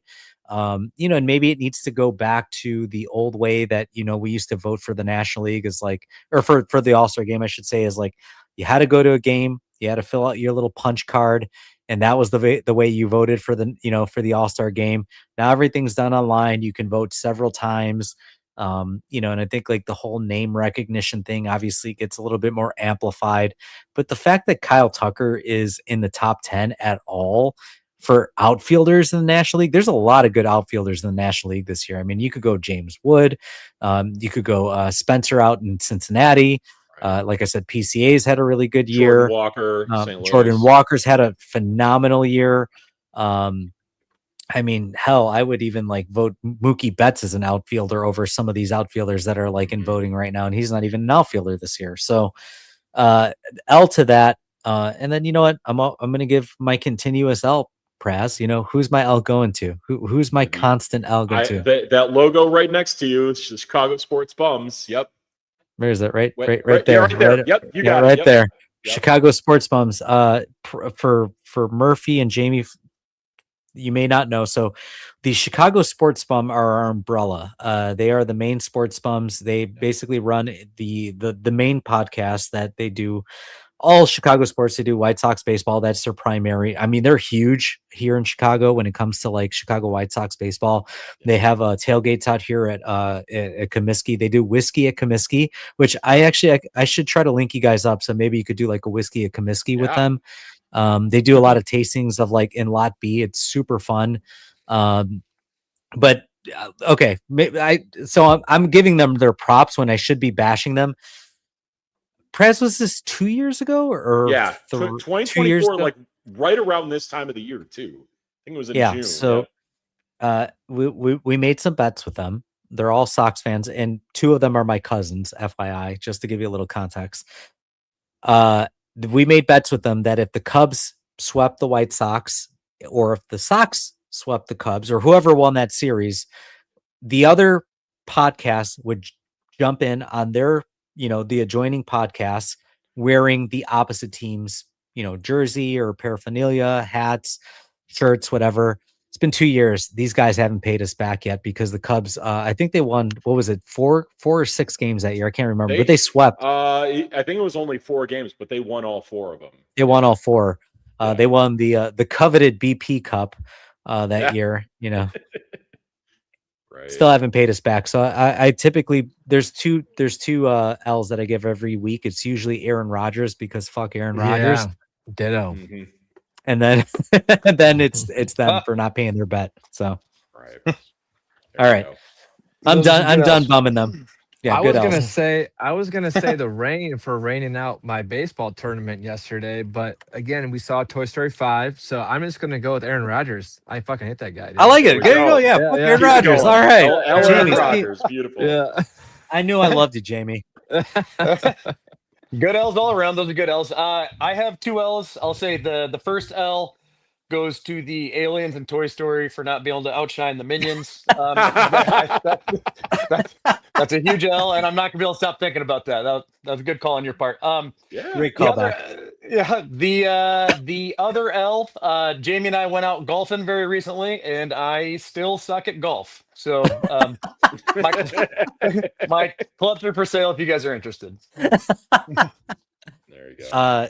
Listen, man, you probably can't be worse than me. My Or me. My wife has told me that I should take up golfing. And how does that ever happen? Like in a man's life? That's not something wives say. So you should. That's pretty cool. Right. That's like a blessing to ever say that. That's a W. Yeah. Right. W for my wife. Right. But also like, I'm like, listen, I don't golf because I'm fucking terrible. Like I'm just so bad at it that like, yeah. So, I mean, that's probably why she's telling me, oh yeah, you should go do it. Cause she knows how bad I am that like, I'll never actually do it. But all right. Upcoming road trip. So we obviously got rained out tonight. It's going to be a doubleheader tomorrow. So there's 4 against the Mets. Doubleheader Wednesday. I'm sorry, doubleheader Wednesday. And then 3 against the Brewers, which I've already stated that you got to go through Harrison and Mizorowski in games 1 and 2.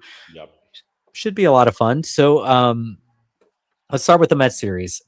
Predictions, fellas. What do you think the Cubs end up doing against the New York Mets? Coming off the high of an NBA championship in their city.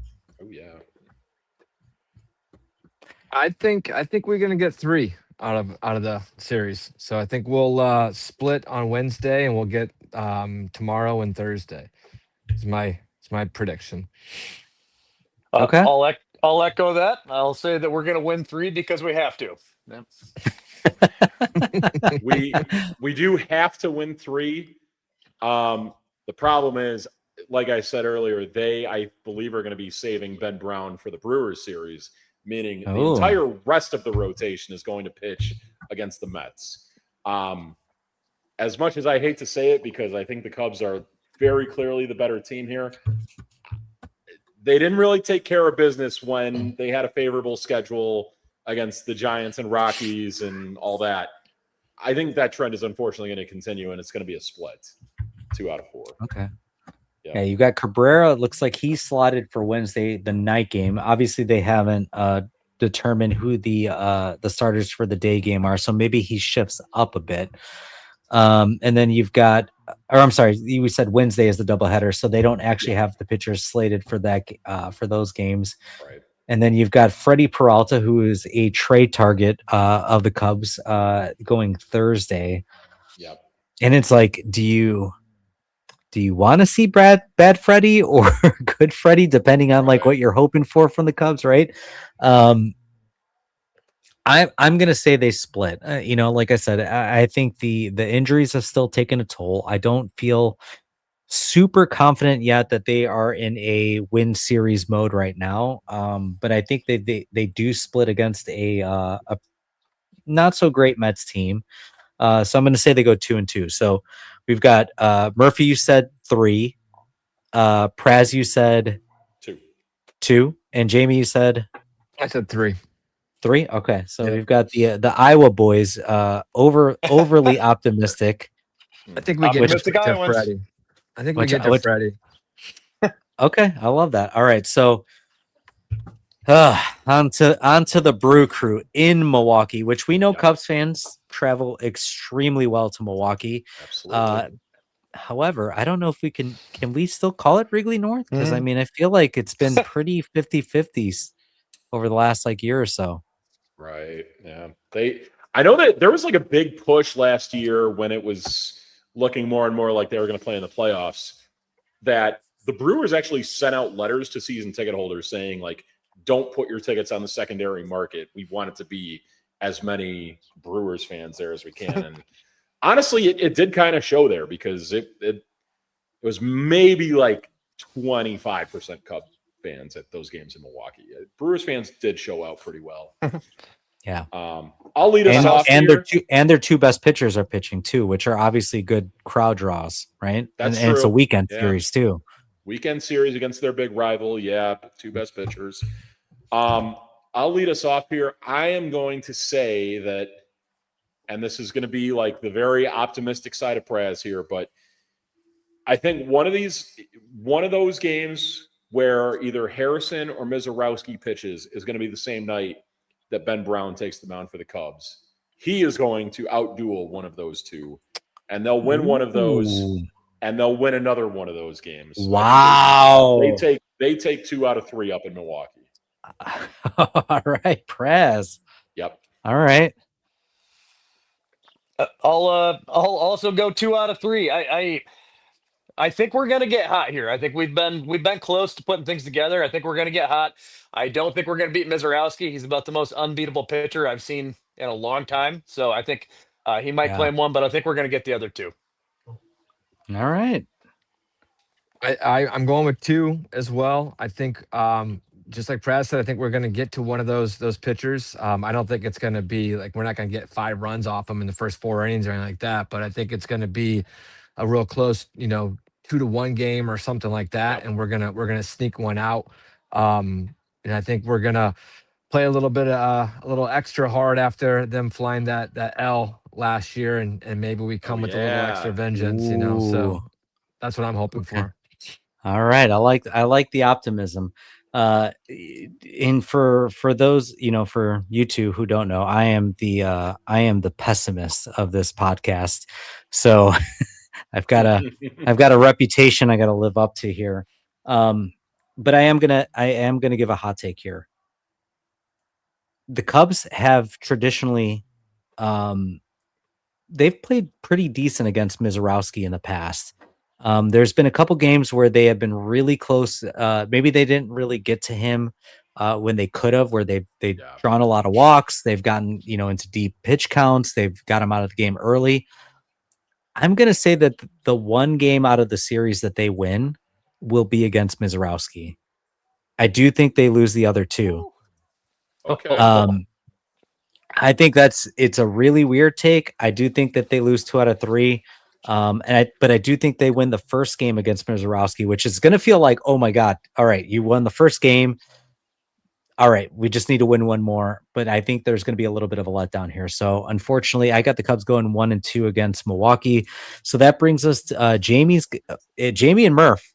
Simpatico here with a 5-2 record over the next 7, which listen, if y'all boys are right, I will listen. I'll buy you a drink the next time in Iowa, whatever, whatever you guys. I got you on that. I love that. I love the optimism. Praz, you're in this stretch. You're cautiously optimistic. You've got them at 4-3. Like I said, I like to think I'm more of a realist than I am a pessimist. I got the Cubs going 3-4 over the series, which honestly, if they go 3-4 over this stretch, I'm going to be pretty happy because there are some tough games against Milwaukee. So I gotta say, if your bold prediction comes through, though, if we beat Mizorowski and lose the other 2, I me's bonkers. If that happens, I'll send you a case of good bottles. I'll send you a case of good bottles. Hey, they did have a series earlier this year that was kind of like that when they played the Braves in Atlanta, where the one game that they won was Chris Sale. Was against Chris Sale. So kind of in the same thing there. Yeah. It is a Cubs thing to do, that's for sure. It is a Cubs thing to do. Yeah. And that's where I'm at. It's a very Cubs thing to do. All right. Well, listen, Murphy, Jamie, we really appreciate you guys coming on. I know that you both have really busy schedules. It's people always, hey, your jobs are just drinking all day. I know that it's so much more than that. Running a company is incredibly hard. You got to, and I just want to shout out your team. I love your team. For anybody who's watching, listening, if you get a chance to go out to Swisher, Iowa, it is worth the trip. Cedar Ridge is probably, it is one of my favorite distilleries to visit, period. Not even just Kentucky, Iowa, wherever I've been. It is one of my favorite distilleries to visit. The food is incredible. The hospitality is amazing. You all have such a wonderful team up there. Everyone I've interacted there with, I still talk to on social media. You know what I mean? I've got some friendships now that like I get to talk to people like on a consistent basis, and you have some of the best people working for you. You guys do an amazing job with your whiskey, with your, with everything. I mean, just everything that you all do. I am a huge fan, and I'm so appreciative to have you both on, to have the friendship that we have, to get to talk about Cubs baseball. Super pleasure for me. I mean, this is like, I know I'm fangirling right now. Love you guys. Really appreciate you guys jumping on. Hope to have you guys on again. Whenever you guys are free, you let me know. We'll make it happen. Praz, any final thoughts from you? Echoing everything you just said, basically, Jamie, Murphy, great to talk Cubs with you again. Great to get some knowledge on whiskey from you guys. And, me and John sometime in the near future will be making a road trip out to you guys. So, yeah, thank you for jumping on and talking Cubs with us. And thank you to everyone for listening.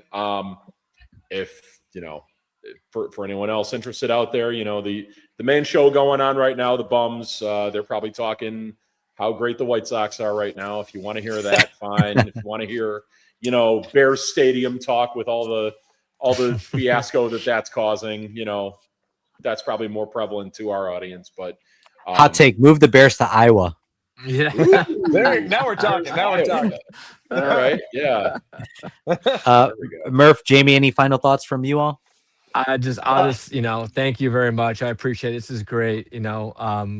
It's an honor to be invited to jump on and all the kind words and everything. We're huge fan of everything you guys do, and you guys just better, more than anything. You guys are just great people, so really appreciate it. So thank you. Thank you.